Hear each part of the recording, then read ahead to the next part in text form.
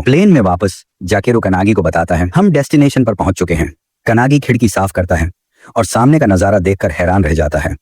बर्फ से ढके हुए विशाल पहाड़ और जमीन से निकलते हुए इनॉर्मस क्रिस्टल स्पाइक्स। उनका मिशन है एक रैंक, एक प्रोफेसी, फ्रोजन अर्थ को हैंडल करना। ये डिसास्टर पूरी धरती को फ्रीज कर सकती है क्योंकि जिस एरिया में ये फैल रही है वो अलार्मिंग स्पीड से बढ़ता जा रहा है। अगर इसे रोका नहीं गया तो पूरी अर्थ बर्फ में ढक जाएगी, सब कुछ खत्म हो जाएगा। ये फिनोमिनॉन एक साथ 17 अलग अलग लोकेशंस में हो रहा है, कई अर्बन एरियाज में भी, जिससे क्राइसिस और बढ़ गई है। वाइस कैप्टन काशी स्क्वाड को सिचुएशन ब्रीफ करती है। हम डिले अफोर्ड नहीं कर सकते।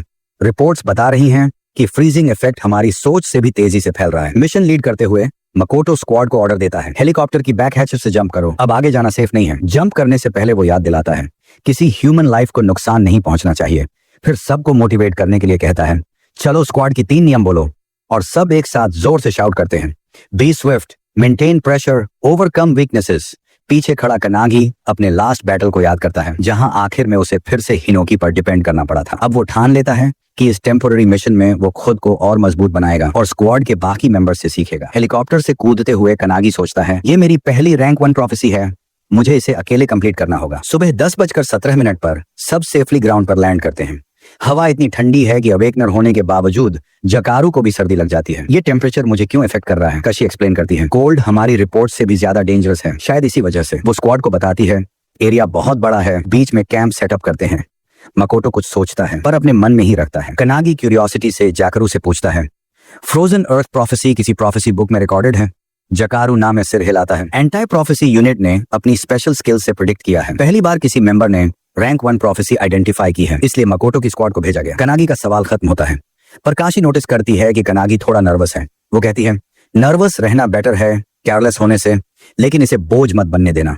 जकारू भी हंसकर कनागी के कंधे पर हाथ रखता है। तू बेस्ट क्रू के साथ चल रहा है। कशी जकारू की इजी गोइंग टोन पर डांटती है सीरियस रहो। जकारू इंस्टेंटली सॉरी बोल देता है। अचानक जकारू हाथ उठाता है। रेडार पर 2 बजे की दिशा में एनिमीज हैं 200 मीटर दूर। काशी रिपोर्ट सुनकर एक पल में वैनिश हो जाती है और तुरंत वापस आती है। मैंने स्काउट किया, 30 मॉन्स्टर्स हैं, estimate rank S+++। Ice gargoyle race के हैं। मकोटो बिना वक्त गंवाए ऑर्डर देता है स्क्वाड हमला, सब खत्म कर दो। स्क्वाड जबरदस्त कोऑर्डिनेशन के साथ चार्ज करती है। उनकी टीम वर्क और अवेयरनेस देखकर कनागी हैरान रह जाता है। ये ट्रेनीज से बिल्कुल अलग लेवल है, ये सच में एलीट वॉरियर्स हैं।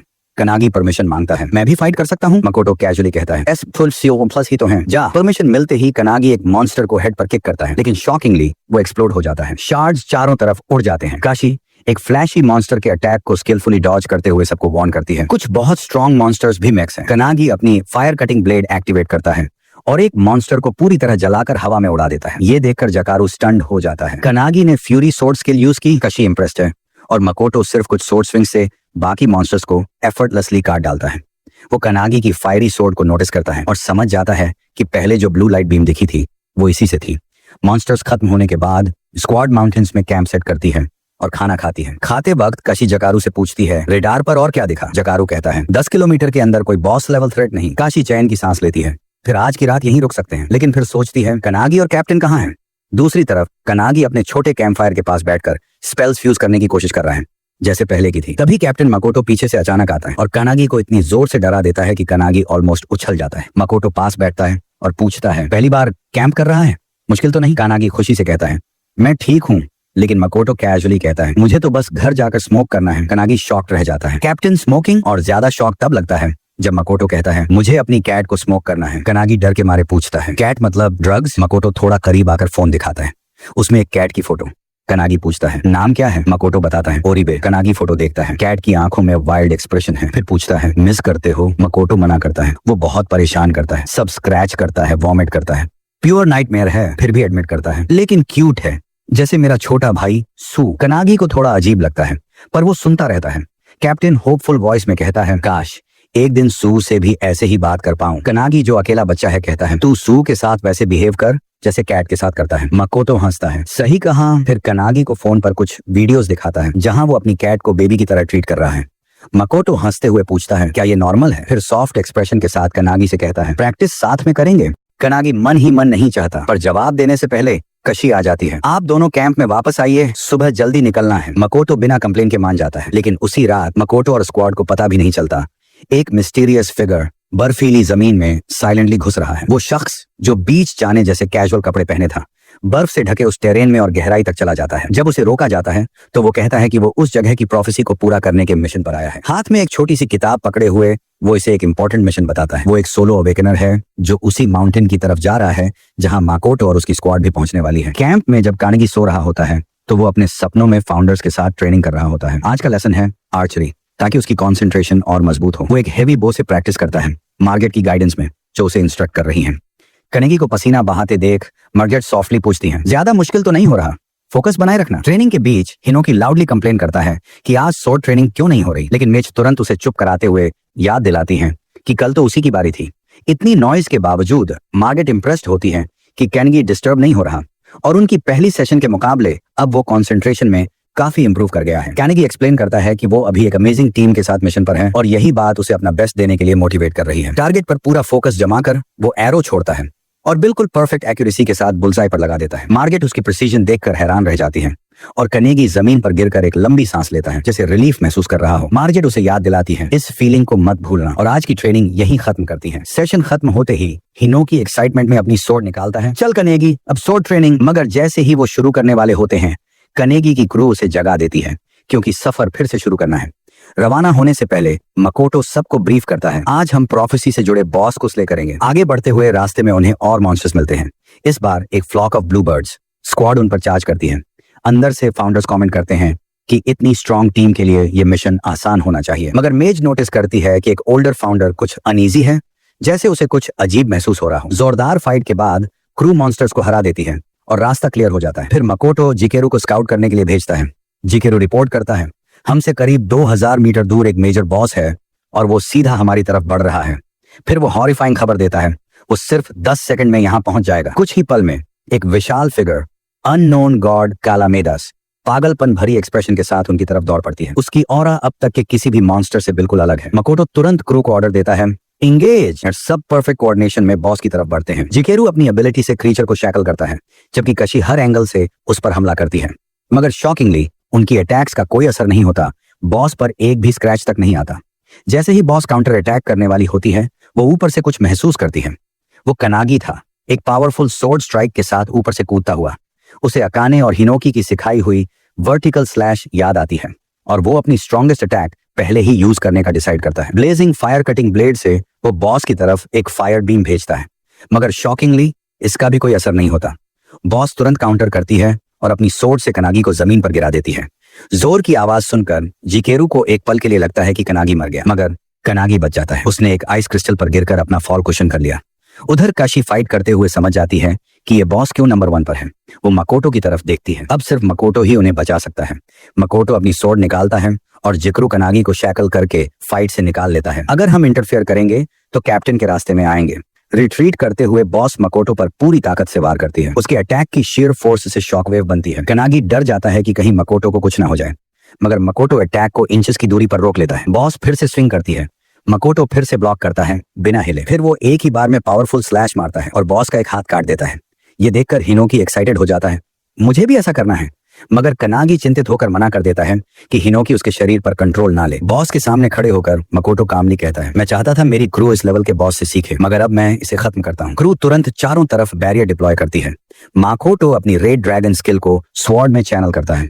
ब्लेजिंग फ्लेम्स चारों तरफ फैल जाते हैं। फिर क्रिम्सन लाइट के साथ कंबाइन करके वो बॉस की तरफ मैसिव इन्फर्नो भेजता है, जो बॉस का आधा शरीर जलाकर राख कर देता है। कनागी शॉक्ड रह जाता है। मकोटो की सोर्ड फ्लेम टेक्निक उसकी टेक्निक से कहीं ज्यादा पावरफुल है। अगर बैरियर ना होती तो सब राख हो जाते। कनागी धीरे से बॉस से माफी मांगता है, मेरा फर्ज था दुनिया को प्रोटेक्ट करना, और फिर अचानक वो सॉफ्टली मियाओ कर देता है, जिससे सबको जबरदस्त सेकंड हैंड एम्बैरेसमेंट होती है। कनागी ऑब्जर्व करता है मकोटो की टेक्निक हिनोकी की टेक्निक से कितनी अलग और हायर लेवल की है। अब कनागी सच में उसे सीखना चाहता है। मकोटो आखिरी फॉलो अप स्लैश मारता है और बॉस को पूरी तरह काट देता है, मगर तभी बैटलफील्ड पर एक तेज लाइट की फ्लैश होती है। मकोटो की आर्म कट कर गिर जाती है। हैरान मकोटो मुड़ता है। जाकरू के सीने में एक बड़ा होल दिखता है। कनागी घबराकर इधर उधर देखता है और साथ ही एक एक कर गिरने लगते हैं। खून जमीन पर गिरता है। वो सब मर रहे हैं। जाकारू गिरते हुए कनागी को पीछे धकेलता है। मत आ कनागी। कनागी शॉक में देखता है। जिनके साथ वो अभी तक फाइट कर रहा था वो सब उसकी आंखों के सामने गिर रहे हैं। मौत के करीब जकारू को पछतावा होता है। उसका रेडर उस अटैक को डिटेक्ट नहीं कर पाया। गिरते हुए वो कैप्टन से माफी मांगता है, मुझे माफ करना, और जमीन पर गिर जाता है। कशी बची रहती है। मगर बाकी कई मेंबर्स उस बीम से कट हो जाते हैं। मकोटो अपनी कटी हुई आर्म को पकड़कर टीम को चिल्लाकर कहता है, टेरेन में कवर लो, ये स्किल अटैक है। सब तुरंत ओबे करते हैं और जान बचाने के लिए भागते हैं। काशी एक गिरे हुए साथी को पुकारती है, मगर वो हेजिटेट करता है। कैप्टन को देखकर जो बुरी तरह घायल है, वो अटैक जिसने मकोटो की आर्म काटी उसे बैरियर भी ब्लॉक नहीं कर सकता, क्योंकि उसकी प्रॉपर्टी सब कुछ एनाइलेट कर देती है। तभी एक और बीम मकोटो की तरफ आती है, मगर वो जंप करके बच जाता है। काशी डरती है, बॉस लगातार अटैक कर रही है और साथ ही रिजेनरेट भी कर रही है। वो समझ जाती है अब सिर्फ एक ही डिसाइसिव बर्स्ट से इस बॉस को हराया जा सकता है। वो कनागी की तरफ देखती है, मगर कनागी शॉक में घुटनों के बल बैठा है। कनागी अपने गिरे हुए साथियों को देखता है, सॉफ्टली बोलता है, वैलेंटाइन, क्या तुम इन्हें जिंदा कर सकती हो? वैलेंटाइन शर्मिंदगी के साथ कहती है, माफ करना, मैं मरे हुए को वापस नहीं ला सकती। कनागी कुछ पल के लिए चुप रहता है, फिर गहरी सांस लेता है। वो सभी फाउंडर्स को पुकारता है, मैं चाहता था सब कुछ खुद करूं, मगर अब मुझे फिर से तुम सबकी हेल्प चाहिए। बिना किसी हेजिटेशन के हिनोकी सामने आता है और कनागी के शरीर पर कंट्रोल ले लेता है। उधर मकोटो उस अटैक का एनालिसिस करते हुए समझ जाता है कि इसने जकारू के रेडर को पूरी तरह बाईपास कर दिया, क्योंकि जकारू का रेडर सिर्फ 3 किलोमीटर के दायरे तक ही थ्रेट्स डिटेक्ट कर सकता है। इसका मतलब है कि वो अटैक उससे कहीं दूर से आया था। एक सिंगल स्ट्राइक ने न सिर्फ जकारू को मार डाला, बल्कि मकोटो की आर्म भी काट दी। ये साबित करता है कि उनका हिडन एनिमी कम से कम मकोटो जितना पावरफुल है। अपने गिरे हुए साथियों की कुर्बानी को बेकार न जाने देने का संकल्प लेते हुए मकोटो अपनी लिमिट से भी आगे पुश करता है। नॉर्मल कैपेसिटी से कहीं ज्यादा पावर चैनल करता है। वो अपनी एनर्जी पर फोकस करता है। ऑब्स्टिकल्स के बावजूद अपनी हाइटेंड सेंसेस से 3 किलोमीटर से भी ज्यादा दूर एक जगह पिन पॉइंट कर लेता है जहां एनिमी छुपा हुआ है। अपनी सोर्ड को मजबूती से पकड़कर वो उन साथियों को याद करता है जो आज गिर गए। उनकी मौतें उसकी रिजॉल्व को और मजबूत कर देती हैं। पूरी डिटर्मिनेशन के साथ मकोटो अपनी ब्लेड में क्रिम्सन लाइट चैनल करता है और एक devastating blaze of fire unleash करता है।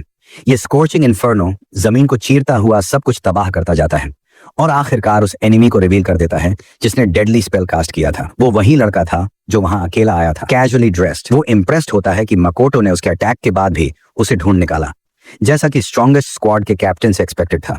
मगर मकोटो शॉक्ड हो जाता है। उसका अटैक उस लड़के ने पूरी तरह अब्सॉर्ब कर लिया। लड़का क्लेम करता है कि अगर मकोटो की लेफ्ट आर्म इंटैक्ट होती तो वो अटैक शायद उसे मार भी देता। वो डार्कनेस नाम की स्पेल यूज कर रहा है, डार्क ऑर्ब्स अपने चारों ओर चैनल करते हुए। मकोटो की तरफ बढ़ते हुए वो एक ऑर्ब लॉन्च करता है, जान से मारने के इरादे से। जवाब में मकोटो अपनी सोर्ड स्विंग करता है और एक आइस बैरियर कॉन्जर करता है। फिर वो तुरंत काउंटर करता है, गायब होकर लड़के के पीछे प्रकट होता है और उसके गले पर स्लैश करता है। मगर मकोटो कुछ समझ पाता उससे पहले वही डेवास्टेटिंग बीम अटैक फिर से आता है और उसकी टॉर्सो का एक हिस्सा उड़ा देता है। लड़का बिना किसी नुकसान के खड़ा रहता है। कामली कहता है कि उसने मकोटो के अटैक को पहले ही एंटिसिपेट कर लिया था, लेकिन वो ये भी जोड़ता है कि असली मौत के करीब तो मकोटो ही है। ये सुनकर मकोटो का गुस्सा भड़क उठता है। बची खुची ताकत से वो आगे बढ़ता है और सोर्ड स्विंग करता है, मगर लड़का आसानी से डॉज करता है और एक पावरफुल किक से मकोटो के खुले घाव पर वार करता है। लेकिन मकोटो एक कदम आगे था।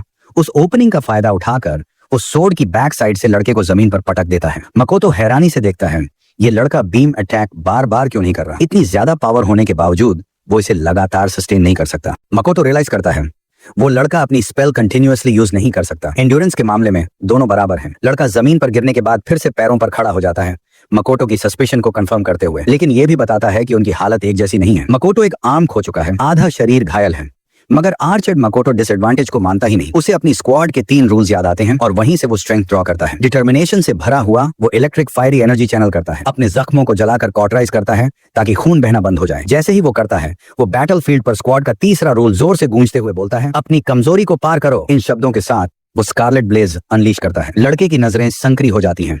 वो समझ जाता है कि मकोटो अपनी ही लाइफ फोर्स को जलाकर पावर एम्पलीफाई कर रहा है। जवाब में वो भी वही करता है, अपनी डार्कनेस स्पेल को अपनी लाइफ एसेंस से फ्यूल करता है। मकोटो अपने गिरे हुए साथियों की स्पिरिट्स को याद करता है और अपने ओपोनेंट पर नजरें गाड़ कर वार्निंग देता है, मेरी स्क्वाड को कम मत आंकना। उधर पीछे जैसे ही कनागी अपने फाउंडर्स को बुलाता है, उसके बाल सफेद हो जाते हैं। हिनोकी उसके शरीर का कंट्रोल ले लेता है। बाकी स्क्वाड मेंबर्स जो अब भी भाग रहे थे, अचानक बॉस के सामने रुक जाते हैं, जो अब भी अपनी आर्म्स रिजेनरेट करके मजबूती से खड़ी है। काशी ये सब देखकर परेशान हो जाती है। उसे समझ आता है कि वो अकेले बॉस को सब्जुगेट नहीं कर सकती। वो पीछे नील करते कनागी को पुकारती है। उसे लगता है कि स्क्वाड मेंबर्स की मौतें देखकर कनागी का फाइटिंग स्पिरिट खत्म हो गया है। ये नेचुरल भी है, वो तो बस रिसेंटली स्क्वाड में शामिल हुआ था, एक ऑर्डिनरी इंसान था। मगर उसकी हैरानी के लिए कनागी उठकर खड़ा हो जाता है। एक तेज फ्लैश में वो आगे डैश करता है और बॉस पर जबरदस्त किक मारता है, जिससे बॉस हवा में उड़ जाती है। बैटलफील्ड के दूसरी तरफ मकोटो और उसका ओपोनेंट फिर से जोरदार ब्लोस एक्सचेंज कर रहे हैं। मकोटो आधी सोर्ड के साथ स्कारलेट लाइट अनलीश करता है। ओपोनेंट मुश्किल से बच पाता है साइडवेज झुककर, मगर बचने के बावजूद वो अनईजी फील करता है। अब ये मुश्किल होता जा रहा है। मकोटो की फ्लेम्स जो डार्कनेस स्पेल से मिट जानी चाहिए थी, फिर से उभर कर उस पर वार कर रही हैं। साथ ही वो मैन्युअली डार्कनेस को कंट्रोल करने की लिमिट तक पहुंच रहा है। ये रियलाइज करते हुए वो मकोटो पर डार्कनेस ऑर्ब्स की बराज छोड़ता है, मगर मकोटो तेजी से डॉज करता है और एक ओपनिंग पाकर ओपोनेंट की आर्म को पूरी तरह काट देता है। अब रोल्स उलट जाते हैं, मगर आर्म कटने के बावजूद ओपोनेंट मकोटो पर जंप करता है और अपने घुटने से उसके घायल हिस्से पर वार करता है। मकोटो दर्द से गिर पड़ता है। ओपोनेंट धीरे धीरे उसके पास आता है। नीचे देखते हुए वो कहता है, एक आर्म खोने से फर्क नहीं पड़ता, तुम्हारे पेट में अभी भी बड़ा होल है। फिर वो चिलिंग बात रिवील करता है, मैंने पहले अटैक से ही तुम्हारी स्ट्रेटेजी को एंटिसिपेट कर लिया था। वो मानता है कि मकोटो हमेशा बेस्ट डिसीजन लेता है और टाइम वेस्ट नहीं करता, मगर उसकी एक फ्लॉ है, वो प्रिडिक्टेबल है, इसीलिए तुम हारोगे। कहते हुए वो बैग से एक किताब निकालता है, उसे दिखाते हुए कहता है कि मकोटो की हार पहले से इस किताब में लिखी है। मकोटो की आंखें वाइडन हो जाती हैं, वो पहचान जाता है ये बुक ऑफ डूम है। ओपोनेंट किताब खोलता है और सच बताता है, अगर एक ऑर्गेनाइजेशन प्रोफेसी को रोकने के लिए है तो नेचुरली एक दूसरी ऑर्गेनाइजेशन प्रोफेसी को पूरा करने के लिए भी होगी। मकोटो स्टन्ड रह जाता है, उसे ऐसी ऑर्गेनाइजेशन के बारे में कभी पता नहीं था। ओपोनेंट आखिर में रिवील करता है, मैं अपोकलिप्स के 12 अपोस्टल्स में से एक हूं, मैं हूं 12th ऑफ डार्कनेस जो प्रोफेसी पूरी करने के लिए पैदा हुआ है। मकोटो डिसबिलीफ में उससे पूछता है, तुम डिस्ट्रक्शन लाने के पीछे इतना ऑब्सेस्ड क्यों हो? ओपोनेंट स्मर्क करते हुए पूछता है, अगर मैं सच बता दूं क्या तुम मुझे माफ कर दोगे? मकोटो गुस्से में आकर बिना देर किए अपनी पूरी ताकत से स्वॉर्ड स्विंग करता है। ओपोनेंट का शोल्डर ऑलमोस्ट काट देता है। मकोटो को भरोसा होता है कि अब वो जीत सकता है। ओपोनेंट की माना खत्म हो रही है और उसकी बॉडी भी लिमिट पर है। मकोटो रेड ड्रैगन फॉर्म चैनल करता है, ये सोचते हुए कि यही उसे जीत दिलाएगा, मगर ओपोनेंट जिसका शोल्डर ऑलमोस्ट कट गया था अब भी खड़ा होता है। यही तुम्हारा एंड है? वो एक पोशन निकालता है और पी लेता है। एक चमकदार बर्स्ट ऑफ लाइट फैल जाता है। वो लाइट मकोटो को ब्लाइंड कर देती है और उसी ब्रिलियंस में एक पावरफुल पंच मकोटो के फेस पर पड़ता है। वो जमीन पर गिर जाता है। डस्ट सेटल होते ही मकोटो डिसबिलीफ में देखता है, ओपोनेंट पर किया गया सारा डैमेज हील हो चुका है और वो वापस फुल स्ट्रेंथ में खड़ा है। ओपोनेंट बताता है कि वो पोशन एक आर्टिफैक्ट है जिसने उसे पूरी तरह हील कर दिया। मकोटो एक आर्म से फिर स्कारलेट लाइट ब्लेड चलाता है, एक स्वॉर्ड वेव ओपोनेंट की तरफ भेजता है, मगर ओपोनेंट डार्कनेस ऑर्ब से उसे डिस्पर्स कर देता है और अटैक्स की बैरेज से काउंटर करता है। मकोटो शॉक्ड रह जाता है क्योंकि ऐसा आर्टिफैक्ट कंट्रीज के कंट्रोल में होना चाहिए। इतनी ओवर पावर्ड चीज किसी ऑर्डिनरी ऑर्गेनाइजेशन के पास नहीं हो सकती। ओपोनेंट मकोटो के गट वुंड पर किक मारता है और वो जमीन पर गिर जाता है अपनी आखिरी सांसें लेते हुए। मकोटो को पिटा हुआ देखकर वो लड़का चैन की सांस लेता है। उसे लगता है कि आखिरकार उसने मकोटो को हरा दिया। उधर मकोटो अपने बचपन और अपने साथियों को याद करते हुए अपनी सोर्ड की तरफ हाथ बढ़ाता है। उसे कनागी की वो बात भी याद आती है कि अपने भाई को बिल्कुल अपनी बिल्ली की तरह ट्रीट करना चाहिए, और ये सोचकर उसके खून से सने चेहरे पर हल्की सी मुस्कान आ जाती है। नई डिटर्मिनेशन के साथ वो अपनी सोर्ड उठाता है, मगर जैसे ही वो स्विंग करने वाला होता है एक डार्कनेस बीम उसे लगती है और उसकी सोर्ड पकड़े हुई पूरी आर्म कटकर अलग हो जाती है। वो लड़का कॉन्फिडेंट आवाज में मकोटो को अपना आखिरी अलविदा कहता है, मगर फिनिशिंग ब्लो देने ही वाला होता है कि अचानक क्रिस्टल के पीछे से किसी के आने की आहट होती है। वो है कानागी। उसके पीछे सारे फाउंडर्स खड़े हैं, उस आदमी से बदला लेने के लिए जिसने उनके डिसाइपल को रुला दिया। मकोटो कानागी की प्रेजेंस नोटिस करता है। पहले वो थोड़ा वरीड होता है, लेकिन जल्दी समझ जाता है कि ये सिर्फ कानागी नहीं है, बल्कि उसके अंदर से कुछ और भी एमिनेट हो रहा है। वो लड़का भी कानागी की एबनॉर्मल ऑरा को फील करता है। अब उसके सामने वो लड़का किसी कमजोर टारगेट जैसा नहीं लग रहा, बल्कि एक ऐसी एग्जिस्टेंस जैसा लग रहा है जो फियर्सली डिफेंड करेगा। डरते हुए वो लड़का कानागी को वार्न करता है कि अगर उसने हिला तो वो मकोटो को मार देगा, मगर बोलते ही उसकी आर्म एक फ्लैश में कट जाती है। लड़का शॉक्ड रह जाता है, वो समझ ही नहीं पाता कि इतना जल्दी कैसे हुआ। उधर कानागी बस दूर से अपनी स्वॉर्ड स्विंग करता है। स्ट्राइक की ताकत इतनी थी कि उसकी ब्लेड तक डल हो जाती है। फाउंडर्स ये देखकर हैरान रह जाते हैं कि सिर्फ एक स्ट्राइक के बाद स्वॉर्ड डल हो गई। एल्केमिस्ट फाउंडर आगे आता है और कानागी के लिए मल्टीपल वेपन्स ट्रांसम्यूट करता है। कानागी की आंखों में प्योर वेंजेंस चल रही है। वो हर फाउंडर को ऑर्डर देता है, अनलीश हेल ऑन हिम। उधर वो लड़का अपनी आर्म पूरी तरह रीजनरेट कर लेता है, जिसे देखकर हिनोकी शॉक्ड हो जाता है। मेज फाउंडर एक्सप्लेन करती है, ये रिवर्सल है, एक स्किल जो उसने एक्सपेक्ट नहीं की थी किसी मॉडर्न अवेकनर से। वो गैस करती है कि शायद वो आर्टिफैक्ट जो लड़के ने यूज किया उसके जख्मों को बार बार हील कर रहा है जब तक उसकी इफेक्ट खत्म न हो जाए। बात करते करते कानागी एक एरो लॉन्च करता है जो सीधा लड़के के सिर में लगता है। लड़का एंटिसिपेट नहीं कर पाता, मगर तुरंत रीजनरेट कर लेता है। एक फाउंडर मेज से पूछता है, उसे मारेंगे कैसे? वो बताती है, हमें बार बार मारना पड़ेगा तब तक जब तक वो सच में मर ना जाए। लड़का डार्कनेस स्पेल यूज करता है और कानागी दूसरा एरो रेडी करता है।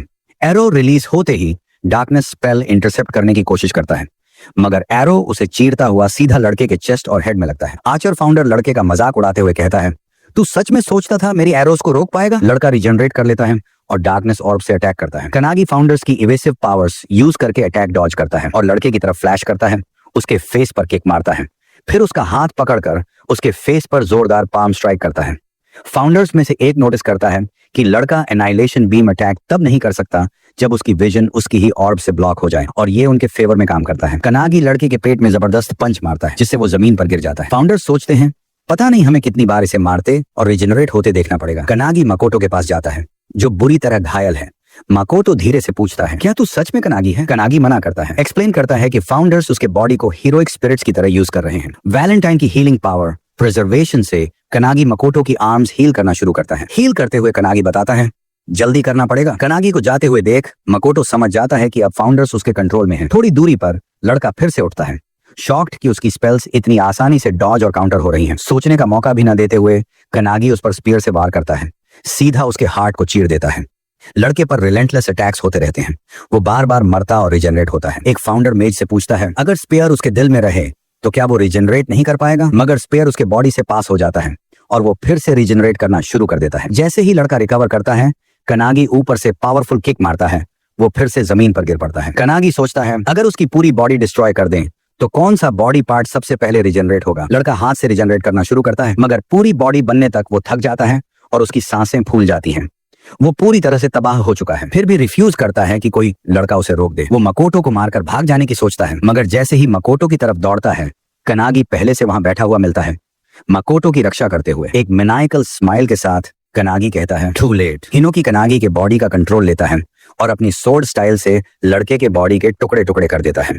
लड़का पूरी तरह ऑब्लिटरेट हो जाता है मगर वो मौत से डरता नहीं। उसे लगता है कि वो प्रोफेसी फुलफिल कर रहा है। मगर कनागी की टेरिफाइंग प्रेजेंस देखकर उसका रिजॉल्व भी डगमगाने लगता है। रिजेनरेट होते हुए भी वो खुद को याद दिलाता है कि उसे प्रोफेसी पूरी करनी है और डर को काबू में रखता है। वो अपने बैग से एक और आर्टिफैक्ट निकालने की कोशिश करता है मगर कनागी उसका हाथ काट देता है। आर्टिफैक्ट जमीन पर गिरकर एक्टिवेट हो जाता है, एक पावरफुल गोल्डन केज बनाता है कनागी के चारों ओर, जिसे कहते हैं sand cage of time. Regeneration effect खत्म हो जाता है और लड़का अपना हाथ रिजेनरेट नहीं कर पाता। रिलीव्ड होकर लड़का सोचता है कि वो किसी तरह बच गया। फाउंडर्स वो केज देखकर टेंशन में आ जाते हैं, अब क्या करें? लड़का जो केज के बाहर खड़ा है कहता है मेरी डार्कनेस भी इस केज को डिस्ट्रॉय नहीं कर सकती, कनागी मुझे अब मार नहीं पाएगा। थोड़ा नर्वसली वो कहता है कि अब वो जा रहा है मगर अपनी बात पूरी करने से पहले हिनोकी चिल्लाता है पीछे देख। अचानक लड़का एक जबरदस्त ओरा फील करता है, पीछे मुड़कर देखता है तो मकोटो अपने पैरों पर खड़ा होता है, अब भी रीजनरेट कर रहा है। मकोटो इतना चैड और ओवरपावर्ड कैसे? असल में ये सब उसके बचपन से शुरू हुआ जब उसने मिडोरी के साथ ट्रेन किया था। मिडोरी भी माकोटो से स्वॉर्ड फाइट में हार गया था और उसने माकोटो को सजेस्ट किया था कि किसी और मास्टर से ट्रेनिंग कंटिन्यू करें। वर्ल्ड स्ट्रॉन्गेस्ट अवेकनर की एडवाइस मानकर माकोटो मास्टर्स को ढूंढने निकला, हाईएस्ट लेवल के डिसाइपल्स बनने के लिए। मगर उसने हर मास्टर को सरपास कर दिया, चाहे वो स्वॉर्ड्समैनशिप हो, मैजिक हो या एजिलिटी। हर मास्टर ने 1 महीने से कम में उसे छोड़ दिया क्योंकि उन्हें लगा कि वो उससे आगे कुछ सिखा ही नहीं सकते। आखिर में एक मास्टर ने उसे रेकमेंड किया स्ट्रॉन्गेस्ट स्वॉर्ड्समैन को, हिनोकी इचिका, जो हिनोकी की छोटी बहन थी। इचिका माकोटो की फाइनल मास्टर बनी और उसने करीब 3 साल तक ट्रेन किया। एक दिन ट्रेनिंग के दौरान मकोटो ने उससे एक टेक्निक के बारे में पूछा जो इंडोमिटेबल नाम की किताब में लिखी थी। इचिका भी नहीं जानती थी कि वो टेक्निक कैसे काम करती है। उसने कहा ये तो बस फाउंडर हिनोकी ही यूज कर सकता है। मकोटो फैसिनेटेड हो गया मगर जल्दी ही इचिका को समझ आ गया कि अब वो मकोटो को और कुछ सिखा ही नहीं सकती क्योंकि मकोटो पहले ही हिनोकी की 1-हैंडेड स्वॉर्ड स्टाइल में मास्टर हो गया था। मकोटो और भी पावरफुल बनना चाहता था मगर इचिका को नहीं पता था कि वो आगे कैसे बढ़ सकता है। उसने मकोटो को एक अनब्लूमिंग बर्ड कहा जिसने इतना ट्रेन किया मगर शायद इस लाइफ टाइम में ब्लूम करना मुश्किल होगा। उसने ये भी उम्मीद जताई कि एक दिन कोई और भी स्ट्रॉन्गर स्वॉर्ड्समैन उसके सामने आएगा। प्रेजेंट में मकोटो रियलाइज करता है वो पल अभी मेरे सामने है। वो नोटिस करता है कि कनागी ऐसी स्वॉर्ड टेक्निक्स यूज कर रहा है जो उसने कभी देखी भी नहीं। इचिका ने कहा था ऐसा मौका जिंदगी में सिर्फ एक बार आता है, इसे खोना मत।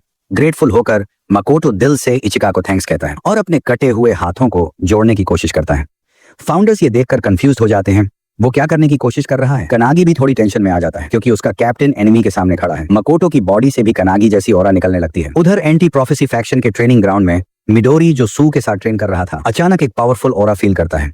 एक जोरदार एक्सप्लोजन होता है, डस्ट सेटल होते ही दीवार में बड़ा सा होल दिखता है और मिडोरी गायब हो चुका होता है। बैटलफील्ड पर लड़का कंफ्यूज हो जाता है, मकोटो इतनी हालत में भी ये कैसे कर पा रहा है। उसे यकीन हो जाता है कि अब उसे काटा ही जाएगा। ये सब देखते हुए हिनोकी कनागी को एक्सप्लेन करता है लोग भी फूलों की तरह होते हैं, जब वो अपनी पीक पर पहुंचते हैं चाहे फिजिकल, स्पिरिचुअल या अल्टीमेट टेक्निक मास्टरी से, तब वो सच में ब्लूम करते हैं।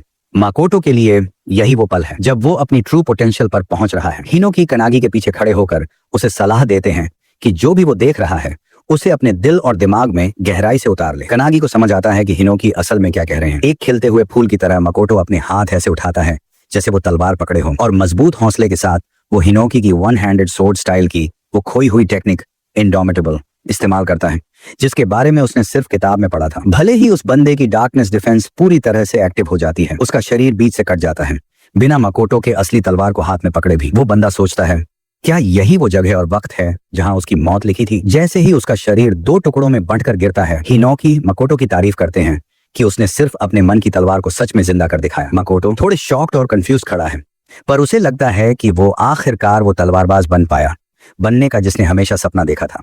उसे ब्लेसिंग लगती है कि उसे अपने परिवार, दोस्तों, साथियों और जूनियर्स के साथ वक्त बिताने का मौका मिला। हर एक एक्सपीरियंस ने उसे और स्ट्रांग बनाया, चाहे अगर ये उसकी आखिरी घड़ी भी हो। फिर भी उसे अपने छोटे भाई और अपनी बिल्ली की याद आती है और दिल में वो उनसे साइलेंटली माफी मांगता है। जैसे ही उसकी आंखें बंद होने लगती हैं, वो देखता है कि कनागी उसकी तरफ मुस्कुराते हुए हाथ बढ़ा रहा है। ये देखकर मकोटो रियलाइज करता है कि शायद ये मौत उसका आखिर नहीं है, क्योंकि वो अपनी लेगेसी कनागी के जरिए अगली जनरेशन तक पहुंचा सकता है। कनागी का हाथ पकड़कर वो थैंक्स कहता है और जमीन पर गिर जाता है।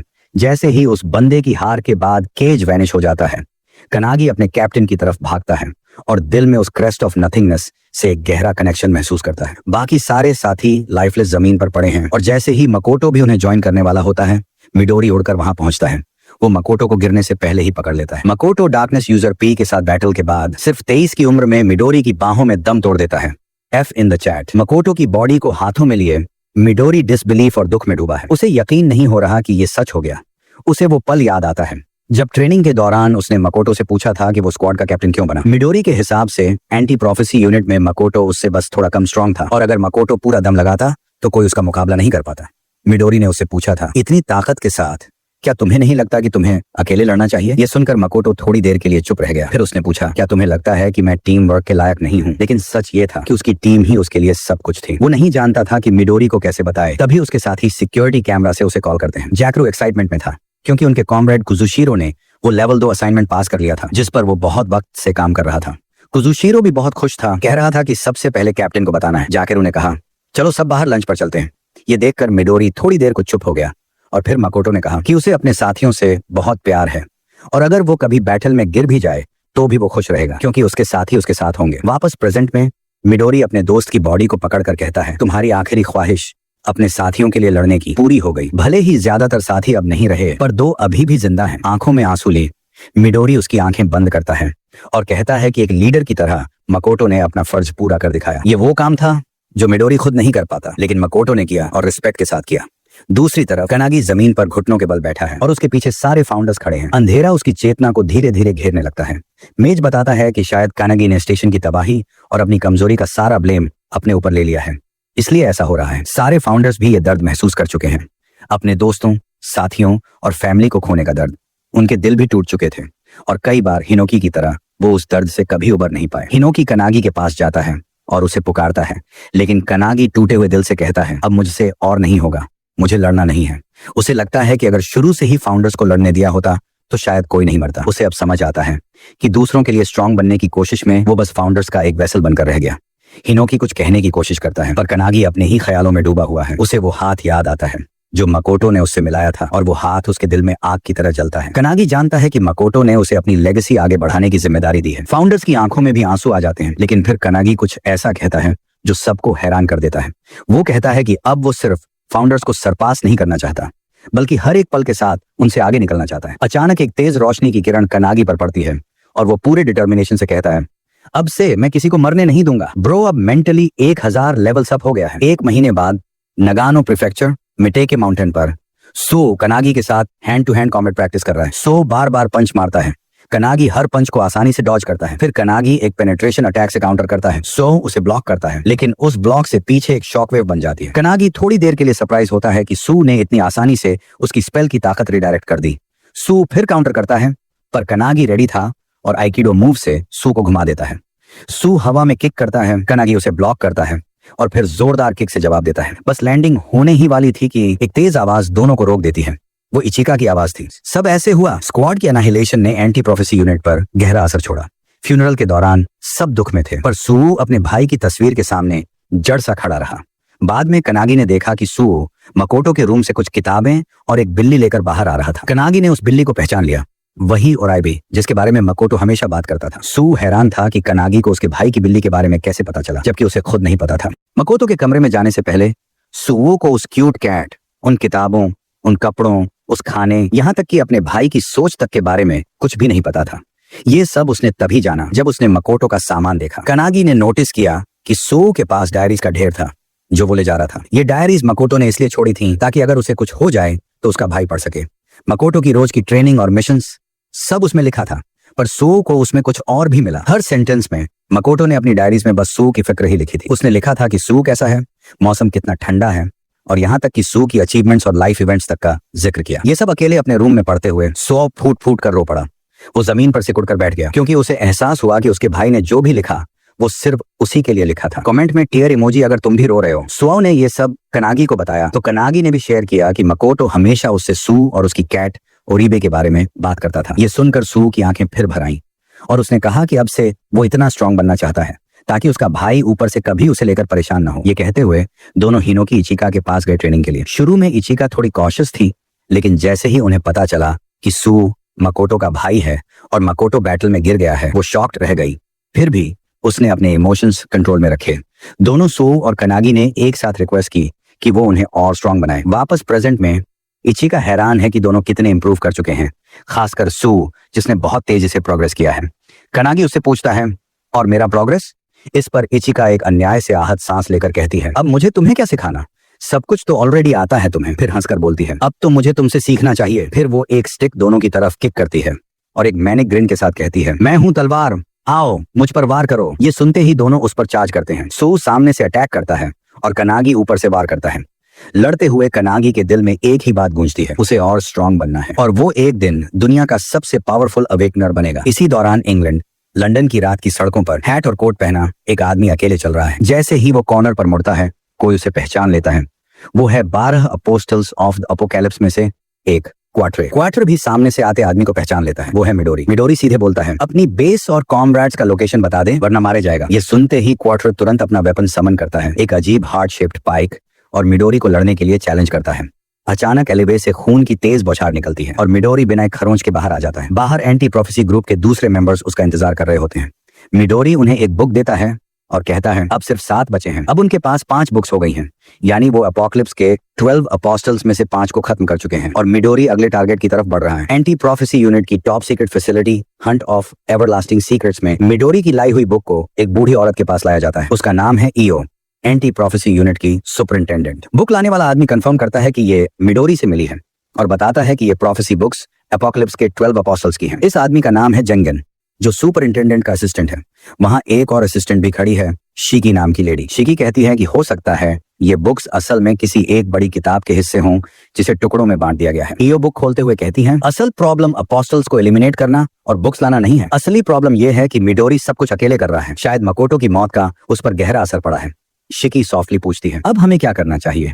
ईओ मुस्कुराकर कहती है, मिडोरी को मुझ पर छोड़ दो, जब वो लौटेगा मैं उसके लिए चाय तैयार रखूंगी। जेंगन और शिकी फिर प्रपोज करते हैं। माकोटो के स्क्वाड के गिरने के बाद एंटी प्रोफेसी यूनिट में जो खाली जगह बनी है, हम दोनों मिलकर नया स्क्वाड बना सकते हैं। ईओ ये सुनकर थोड़ी देर के लिए सोच में पड़ जाती है। उधर टोक्यो के आसपास एक रैंक 2 प्रोफेसी अनफोल्ड हो रही है, द रिबेलियन, जिसका बॉस है God of down. Anti prophecy unit के मेंबर्स प्रोफेसी की ट्रूप से लड़ रहे हैं, पर उन्हें गिराना मुश्किल हो रहा है। डर और टेंशन में वो अपने कैप्टन हिबिकी को पुकारते हैं। हिबिकी सेत्सुना स्क्वाड की कैप्टन आगे बढ़ती है। उसके लिए ये ट्रूप्स बोरिंग और इजी हैं। वो पीछे मुड़कर अपनी स्क्वाड में शामिल अकाने से पूछती है, तू संभाल लेगी? अकाने अपनी स्पेल यूज करती है, एक मैसिव मर्क्यूरी का ब्लॉब बनाकर वो सबको पीछे हटने के लिए कहती है और मर्क्यूरी ट्रूप्स के पैरों तक बहा देती है। जैसे ही मर्क्यूरी सबके पैरों में फैल जाती है, अकाने गैसिफिकेशन स्पेल से उसे गैस में बदल देती है। ट्रूप्स खांसने और घुटने लगते हैं। अकाने फिर उसे लिक्विड मर्क्यूरी में बदल देती है जो अब उनके शरीर के अंदर है। फिर क्रीमसन हीट स्पेल से मर्क्यूरी को अंदर से उबालती है और आखिर में उसे सॉलिडिफाई कर देती है, जिससे अंदर स्पाइक्स बनकर सबको इंस्टेंटली मार देती है। पूरी स्क्वाड शॉक में है क्योंकि अकाने ने कुछ ही सेकंड्स में सब ट्रूप्स को खत्म कर दिया। अकाने अपनी उंगली स्नैप करती है और ग्रुप की तरफ देखकर कहती है, डन। हिबिकी उसके पास आती है, ताली बजाती है और उसकी तारीफ करती है। तीनों स्टेट्स ऑफ मैटर यूज करके एक ही स्किल में 4 अटैक्स, कमाल कर दिया। वो अकाने की ठुड्डी पकड़कर कहती है, काश तू सिर्फ टेम्पोरेरी मेंबर ना होती। हिबिकी कहती है, ट्रेनिंग खत्म हो जाए तो परमानेंट मेंबर बन जाना। अकाने एक्साइटेड होकर हाँ कहती है। बाकी स्क्वाड भी इंप्रेस्ड है, सोचते हैं अकाने स्क्वाड ज्वाइन करेगी या नहीं। इतनी क्यूट भी है और स्ट्रांग भी। असल में हिबिकी उसे इसलिए चाहती है ताकि उनकी फाइट्स और आसान हो जाए। अकाने जैसे ही स्क्वाड से निकलती है, वो कनागी को कॉल करती है और कहती है लेसन 7 कंप्लीट कर लिया, controlling the 3 states of alchemy, अब नेक्स्ट लेसन भेज दो। कनागी, जो कैट से अपना लंच बचा रहा है, अग्री करता है। फाउंडर अल्केमिस्ट ये सुनकर हैरान है कि अकाने ने लेवल 7 भी मास्टर कर लिया। कनागी फाउंडर से कहता है अकाने के लिए 3 और लेसन्स तैयार करो, और फाउंडर खुशी से मान जाता है। कनागी अकाने को बताता है और वो थैंक्स कहती है। वो मेंशन करती है कि हनाडा अब लेसन 8 पर पहुंच चुका है। साइटामा प्रीफेक्चर तोकोरोजावा सिटी में एक रैंक 2 प्रोफेसी अनफोल्ड हो रही है, अर्थ ईटिंग बीस्ट, जिसका बॉस है स्फिंक्स। हनाडा बॉस को एलिमिनेट करने जाता है और अपनी लाइटनिंग किक से बॉस को एक ही बार में खत्म कर देता है। इससे वो अपना लेवल 8 लेसन भी कंप्लीट कर लेता है। टोडोरोकी स्क्वाड का कैप्टन हनाडा की तारीफ करता है और उसे स्क्वाड ज्वाइन करने का ऑफर देता है। हनाडा भी अकाने की तरह सोच में है कि कौन सी स्क्वाड ज्वाइन करे। वो अकाने से एडवाइस मांगता है और अकाने हंसकर कहती है जहां भी जाएगा मैं तुझसे जीत जाऊंगी। कनागी, जो दोनों के साथ कॉल पर है, खुश होता है कि दोनों स्ट्रांग हो रहे हैं और कहता है अब मुझे भी ट्रेनिंग करनी चाहिए। कनागी के बोलते ही सू को गुस्सा आता है कि ओरिबे द कैट हमेशा कनागी के साथ चिपकी रहती है, उसके साथ क्यों नहीं। वो चिल्लाता है और कैट को कनागी से खींचने की कोशिश करता है। तभी अकाने पूछती है तुम लोगों ने सुना नया स्क्वाड बनने वाला है। कनागी ने नहीं सुना था, तो अकाने बताती है माकोटो के स्क्वाड के गिरने के बाद उस गैप को भरने के लिए नया स्क्वाड बनेगा और कैप्टन वो बनेगा जिसके अचीवमेंट सबसे ज्यादा होंगे। कनागी इस न्यूज को लाइटली लेता है, लेकिन अकाने असली सवाल उठाती है। असल सवाल ये नहीं कि कैप्टन कौन बनेगा, सवाल ये है कि क्या कनागी अपना खुद का स्क्वाड बनाएगा। कनागी पहले तो मजाक में टाल देता है, लेकिन फिर फ्रीज हो जाता है, रियलाइजिंग ये कितना बड़ा सवाल है। कनागी पूछता है तूने ये क्यों पूछा। अकाने बताती है कि एंटी प्रोफेसी में एक ख्वाहिश है, क्योंकि इस दुनिया में एक ऐसी शक्ति भी है जो सारी प्रोफेसीज को खत्म कर सकती है। कनागी शॉक हो जाता है और अकाने जोड़ती है कि वो भी ऐसी शक्ति चाहती है। वो कहती है कि स्क्वाड के सब मेंबर्स एक स्ट्रॉन्ग विल्ड लीडर ढूंढ रहे हैं और उसे लगता है कि कनागी में स्क्वाड कैप्टन बनने की क्वालिटीज हैं। तभी अकाने की स्क्वाड कैप्टन उसे बुलाती है और वो कनागी से गुड बाय कहकर कॉल डिस्कनेक्ट कर देती है। ये कॉन्वर्सेशन कनागी को डीप थॉट में डाल देती है। क्या वो सच में कैप्टन बन सकता है। इचिका सू से कनागी के बारे में पूछती है। सू बताता है कि कनागी शायद कैप्टन बनने की सोच रहा है। इचिका भी मानती है अगर कनागी चाहे तो वो आसानी से कैप्टन बन सकता है। सू भी अग्री करता है।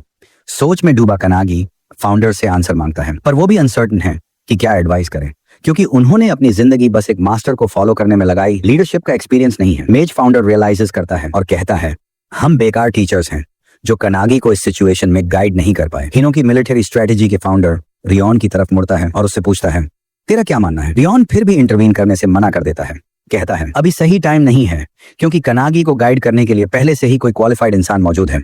कनागी अभी इस बात को समझ भी नहीं पाता कि अचानक उसके पास जमीन में एक वुडन स्पीयर आकर लगता है, बस इंचेस दूर। कनागी ऊपर देखता है तो इचिका की तरफ आते हुए देखता है।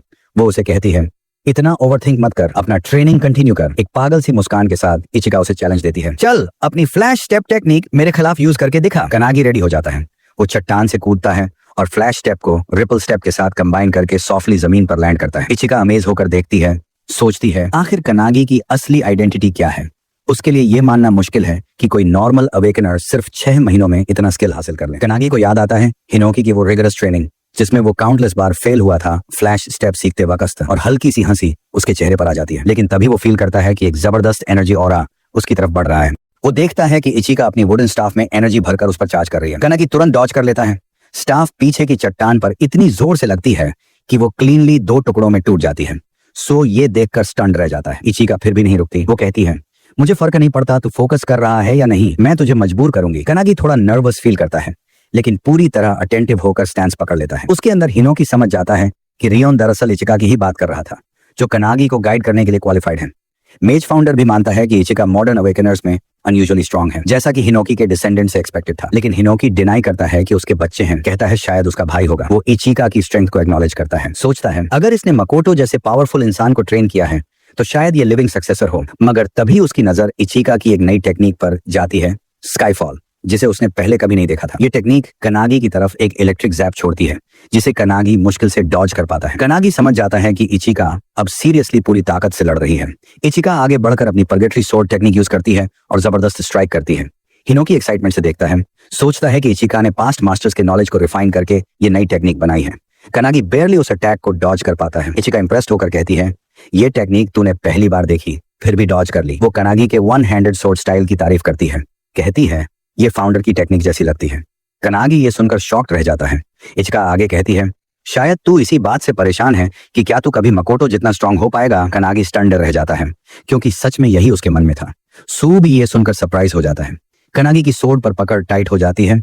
उसे याद आता है मकोटो की स्ट्रेंथ जिसने उसे इंस्पायर किया था। उसे याद आता है कि मकोटो एक्स्ट्रॉर्डिनरी स्क्वाड कैप्टन था और इसी वजह से कनागी बार बार सोचता है कि क्या वो भी कभी उस लेवल तक पहुंच पाएगा। इचिका कहती है, तुझे मकोटो जैसा बनने की जरूरत नहीं है। फिर वो अचानक चिल्लाती है, ध्यान दे। अपनी एनर्जी को चैनल करके अपनी सोड टेक्निक टेंगू डांस चलाती है जिससे एक पावरफुल वाटर टॉर्नेडो बनता है। वो एक्सप्लेन करती है कि ये टेक्निक्स पुराने मास्टर्स ने फाउंडर की टेक्निक्स को बेस बनाकर बनाई है। फाउंडर की ताकत को शायद कभी मैच न कर सकें, लेकिन मास्टर्स कभी कोशिश करना नहीं छोड़ते और धीरे धीरे उस गैप को कम करते जाते हैं। ये सुनकर कनागी फाइनली समझ जाता है कि इचिका क्या कहना चाहती है। इचिका कहती है कि उसे नहीं पता मकोटो कितना बड़ा कैप्टन था, लेकिन इतना जरूर लगता है कि वो इनक्रेडिबल लीडर रहा होगा। वो कहती है, शुरुआत में तेरे लिए वैसा नहीं होगा, लेकिन अगर तू अपनी स्किल्स पॉलिश करे तो तू भी उस लेवल तक पहुंच सकता है। वो अपनी वुडन स्टिक उसकी तरफ पॉइंट करती है और कहती है, मकोटो जैसा बनने की कोशिश मत कर, उस रास्ते पर चल जो तुझे दिया गया है। कनागी को वो पल याद आता है जब मकोटो ने उसका हाथ पकड़ा था और उसे एहसास होता है कि उसे कंपैरिजन में नहीं फंसना बल्कि फ्यूचर की तरफ देखना है। इचिका मुस्कुराकर कहती है, उस फ्यूचर के लिए मैं तुझे खुद ट्रेन करूंगी। और फिर दोनों इंटेंस ट्रेनिंग में जुट जाते हैं, एक दूसरे को अपनी लिमिट्स तक पुश करते हुए। 2 हफ्ते बाद एंटी प्रोफेसी हेडक्वार्टर्स में हिबिकी और टोदोरोकी, 2 स्क्वाड कैप्टन्स, सुपरिंटेंडेंट की भेजी हुई नई स्क्वाड कैंडिडेट्स की लिस्ट रिव्यू कर रहे हैं। इस लिस्ट में कनागी और इचिका भी शामिल है। कुछ लोगों को यह सिलेक्शन थोड़ा अनयूजुअल लगता है। उसी वक्त HQ बिल्डिंग के बाहर एक डार्क फिगर फोन पर कॉल करता है और इन्फॉर्म करता है कि वो फैसिलिटी में इन्फिल्ट्रेट कर चुका है और न्यू स्क्वाड कैप्टन एग्जाम 3 दिन बाद होगा। ये फिगर बुक ऑफ डूम लिए हुए बोल्डली कहता है, बहुत जल्द मैं एंटी प्रोफेसी का नया स्क्वाड लीडर बन जाऊंगा। ये कोई और नहीं बल्कि ईवा है, एपोकलिप्स के 12 अपोस्टल्स में से एक। ईवा के पास एक खतरनाक स्किल है, हेवनली डीमन, जिससे वो जिस किसी को भी मारती है उसकी एग्जिस्टेंस रिप्लेस कर सकती है। उसका प्लान है एंटी प्रोफेसी के नए स्क्वाड की कैप्टन बनकर ऑर्गेनाइजेशन को अंदर से तबाह करना। मिडोरी ने 12 अपोस्टल्स के आधे से ज्यादा मेंबर्स को मार गिराया है और वो मिडोरी से सीधा लड़ नहीं सकते, इसीलिए उन्होंने अंदर से सैबोटाज करने का डिसाइड किया है। उनका मोटो है, हम कुछ भी करेंगे प्रोफेसी को पूरा करने के लिए।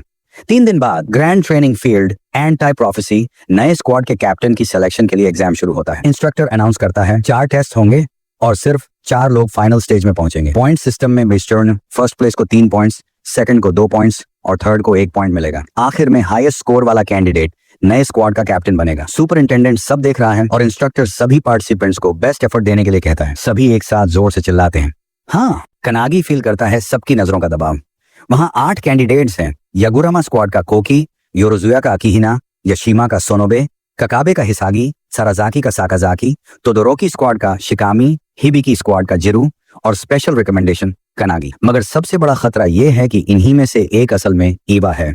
12 अपोस्टल्स की इंपोस्टर कनागी अकेला खड़ा है क्योंकि उसकी स्क्वाड कैप्टन इचिका फिर से ओवरस्लीप कर गई है। लेकिन वो कनागी को मैसेज भेजती है, अगर तू नहीं जीता तो मैं तुझे खुद रिग्रेट सिखाऊंगी। कनागी डिसाइड करता है, जब तक इचिका आती है मुझे एलिमिनेट नहीं होना। वहीं दूसरी तरफ इचिका सू की पीठ पर बैठकर ट्रेनिंग ग्राउंड की तरफ भाग रही है, चिल्लाकर कहती है और तेज। उसे पूरा भरोसा है कि कनागी जीतेगा और वो उसकी जीत मिस नहीं करना चाहती। ट्रेनिंग फील्ड पर पहला टेस्ट, माना मेजरमेंट, सबकी नजरें कनागी पर टिक जाती हैं। जब वो इतनी इमेंस एनर्जी रिलीज करता है कि मेजरमेंट डिवाइस ही टूट जाता है। कनागी फर्स्ट प्लेस ले लेता है।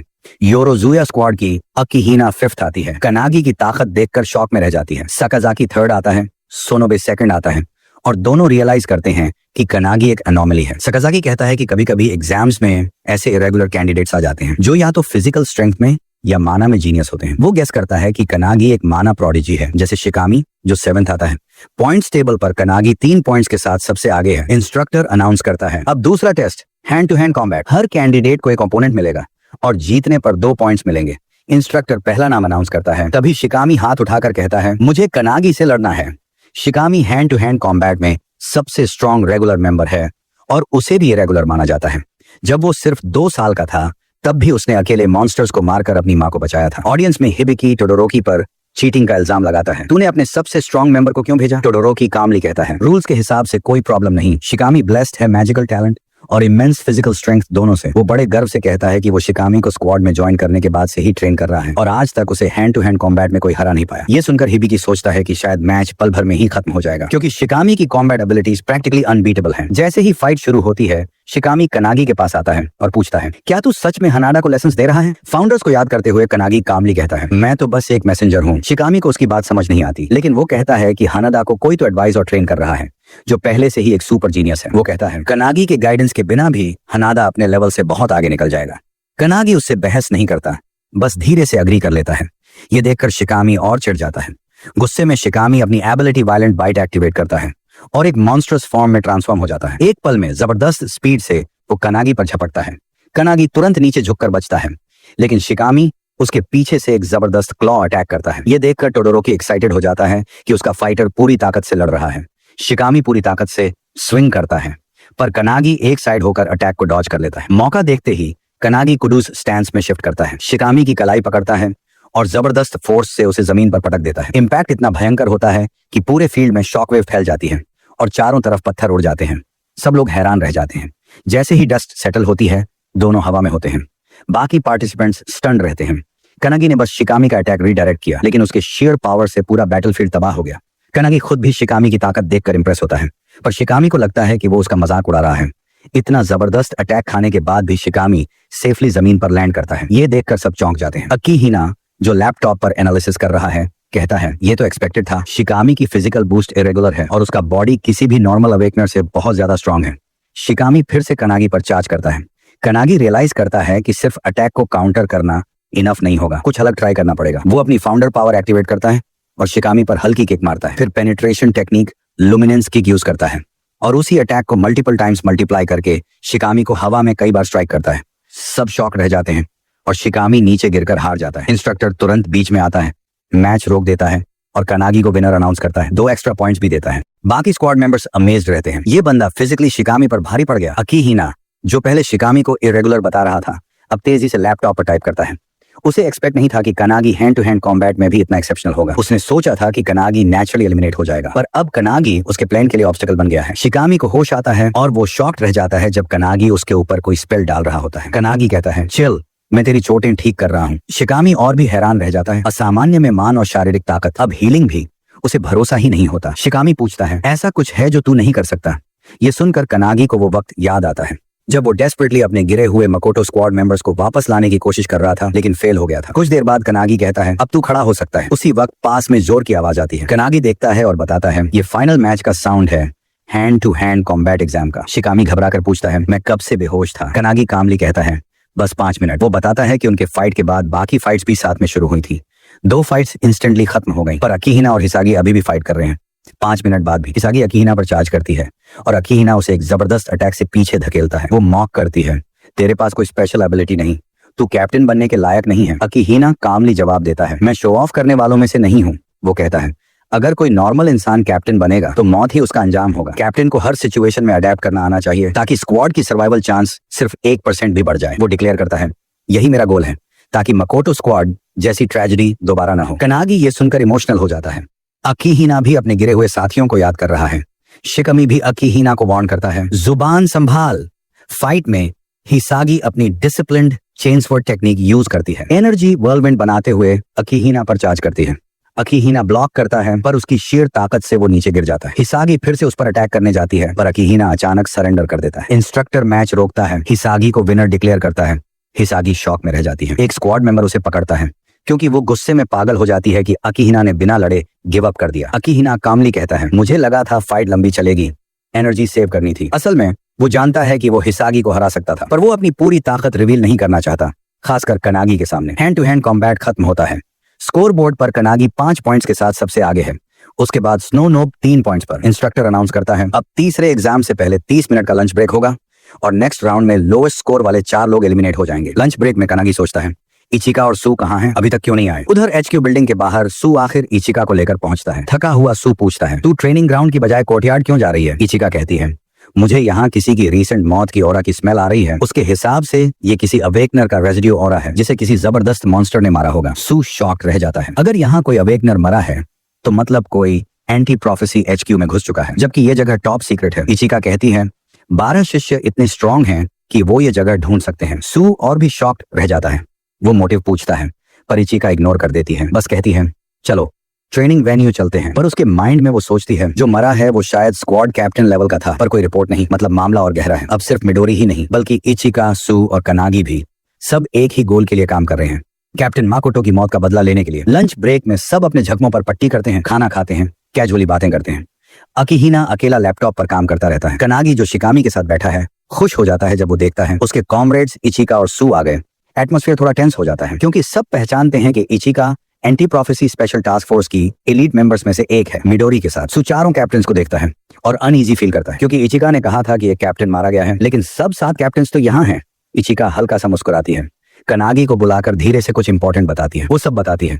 कनागी शॉक्ड रह जाता है। शायद कोई कैप्टन 12 अपोस्टल्स का छुपा हुआ सदस्य है। इचिका कहती है कोर्ट यार्ड में जो ऑरा रेजिड्यू मिला उसके हिसाब से पॉसिबिलिटी बहुत हाई है जिसकी मौत हुई वो कैप्टन लेवल का था, लेकिन सब कैप्टन्स यहाँ मौजूद हैं। मतलब मामला बहुत सस्पिशियस है। लॉजिकली ऐसा होना नामुमकिन है, लेकिन अगर कोई विक्टिम का रूप लेकर डिस्गाइज कर रहा है तो इसका मतलब है कि उनके बीच एक इंपोस्टर है। ये सोचकर कनागी टेंस हो जाता है और सुयू भी अग्री करता है। जिसने अभी अभी एक कैप्टन लेवल इंसान को मारा वो अभी भी हमारे बीच खड़ा है। I know it's an among us reference cheeky. सू को डर है कि अगर इस प्रॉब्लम को जल्दी सॉल्व नहीं किया तो और भी लोग मारे जा सकते हैं। अगर ऐसे ही छोड़ दिया तो शायद ऐसी प्रोफेसी सामने आ जाए जहां पूरी इंसानियत का खात्मा तय हो जाए। लेकिन इचिका एक इविल ग्रिन के साथ एक रूथलेस तरीका सुझाती है, सारे लोगों को मार डालो ताकि खतरा हमेशा के लिए खत्म हो जाए। सू और कनागी तुरंत अपोज करते हैं।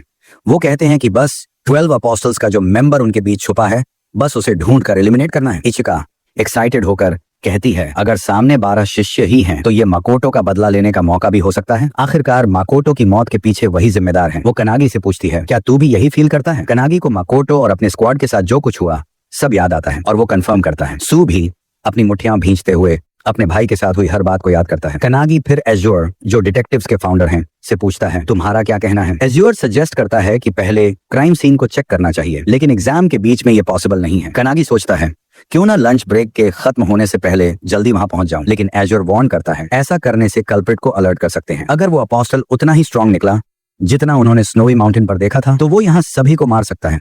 उन्हें प्रिपेयर्ड रहना होगा।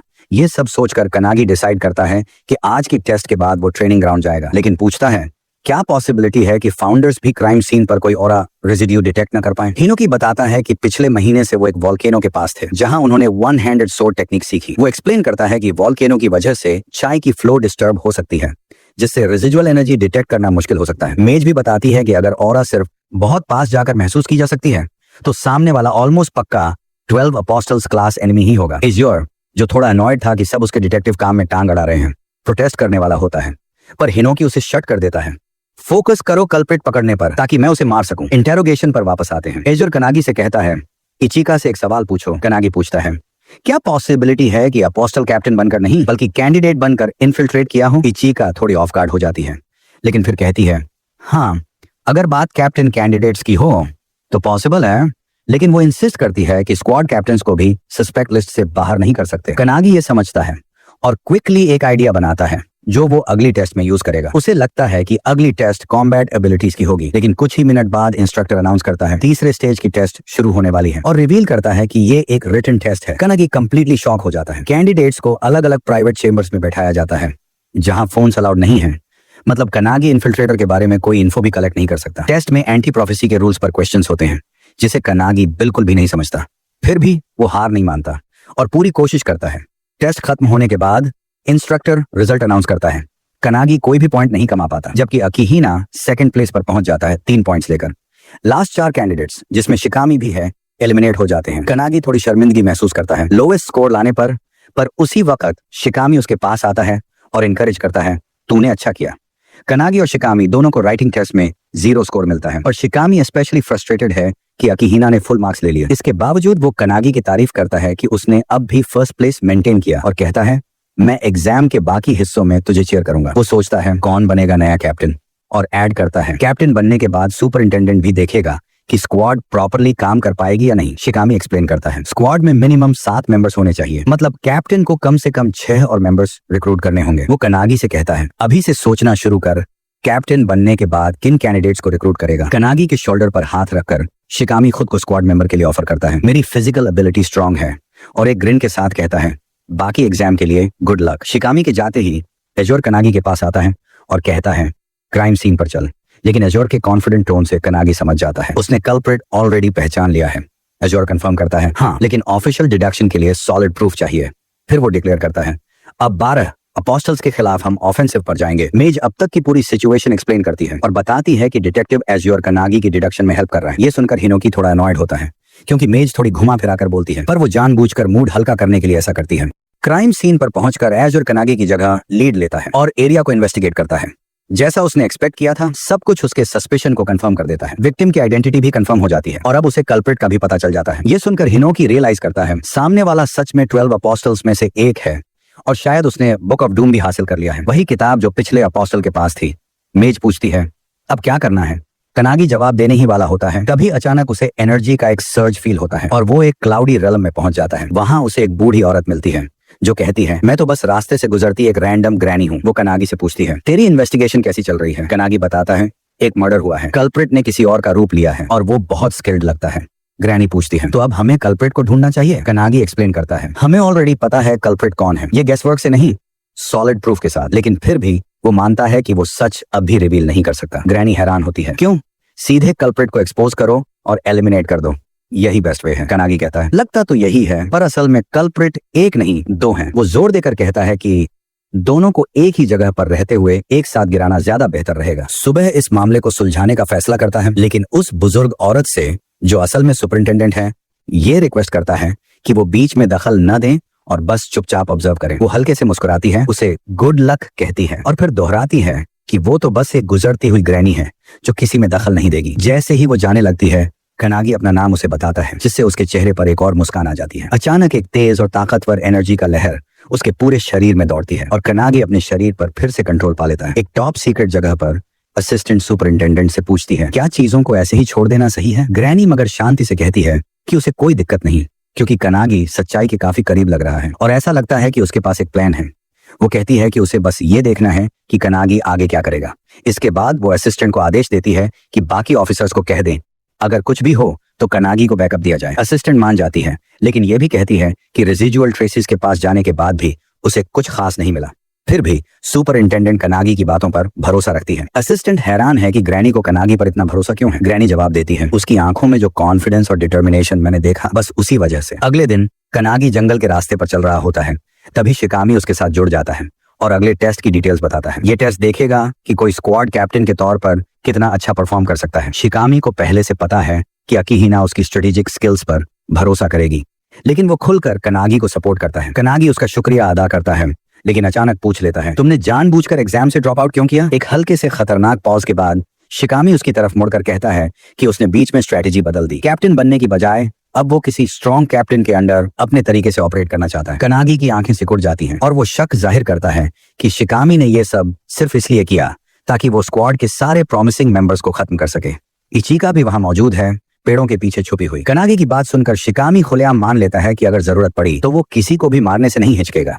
वो बताता है कि तीसरे टेस्ट में उसे कुछ भी लिखने में दिक्कत हुई, क्योंकि उसका दिमाग सिर्फ पहले से स्टोर्ड इन्फॉर्मेशन को ही प्रोसेस और रिकॉल कर सकता था और इसी वजह से उसका स्कोर 0 आया। खुद को फूल कहते हुए वो मानता है कि अकीहिना की बॉडी को ही खत्म करना उसके लिए बेहतर होगा। जैसे ही वो दोनों एक खुले मैदान में पहुंचते हैं, सारे स्क्वाड कैप्टन्स और मेंबर्स उन्हें घेर लेते हैं। बीच में टोदोरोकी जमीन से जंजीरों में बंधा है और उसके बगल में हिबिकी और एक और कैप्टन खड़े हैं। हिबिकी अपने हमेशा के कैजुअल और कॉकी एटीट्यूड में शिकामी को मिस्टर अपोस्टल कहकर इंट्रोड्यूस करने को कहती है। शिकामी को समझ आ जाता है कि उसकी डिस्गाइज एक्सपोज हो चुकी है। उसकी आवाज गहरी हो जाती है और वो अपना असली नाम बताता है, एवा द 9th अपोस्टल। एवा अपनी एबिलिटी समझाती है और ये भी कहती है कि वो होस्ट के दिमाग से सीधा इंफॉर्मेशन निकाल सकती है। वो कहती है कि उसने शिकामी को इसलिए मारा क्योंकि उसके पास कंटेंडर्स में सबसे स्ट्रॉन्ग फिजिक थी। हिबिकी स्माइल करते हुए पूछती है कि क्या एवा का मकसद एंटी प्रोफेसी को अंदर से सबोटाज करना था। एवा इसे मान लेती है, लेकिन कहती है कि अब जब वो फेल हो गई है तो उसके पास सबको मार देने के अलावा कोई चारा नहीं। लेकिन करने से पहले वो जानना चाहती है कि सबसे पहले उसकी असली पहचान किसने पकड़ी। हिबिकी कनागी की तरफ इशारा करती है, जो एवा के ठीक बगल में खड़ा है। एवा एक इविल ग्रिन के साथ उसकी तरफ देखती है और कहती है कि उसने कभी नहीं सोचा था कि कनागी में इतनी हिम्मत होगी कि वो उसके इतने पास खड़ा हो जाए। वो उसकी तरफ मुड़ती है, इमेंस एनर्जी छोड़ती है और पूछती है, तुम आखिर हो कौन? लेकिन ये सब हुआ कैसे?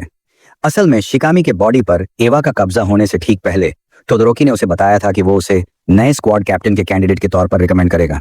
ये सुनकर शिकामी काफी एक्साइटेड हो गया, लेकिन टोदोरोकी ने कहा कि ये अभी सीक्रेट है और अगली सुबह ही ऑफिशियली अनाउंस होगा। शिकामी ने मजाक में कहा कि सीक्रेट होते हुए भी ये तो ऐसे बोल रहे हैं जैसे चारों तरफ सुना रहे हूं। टोदोरोकी ने उसे भरोसा दिलाया कि उसकी फिजिकल स्ट्रेंथ स्क्वाड में सबसे ज्यादा है और वो एक बेहतरीन कैप्टन बनेगा।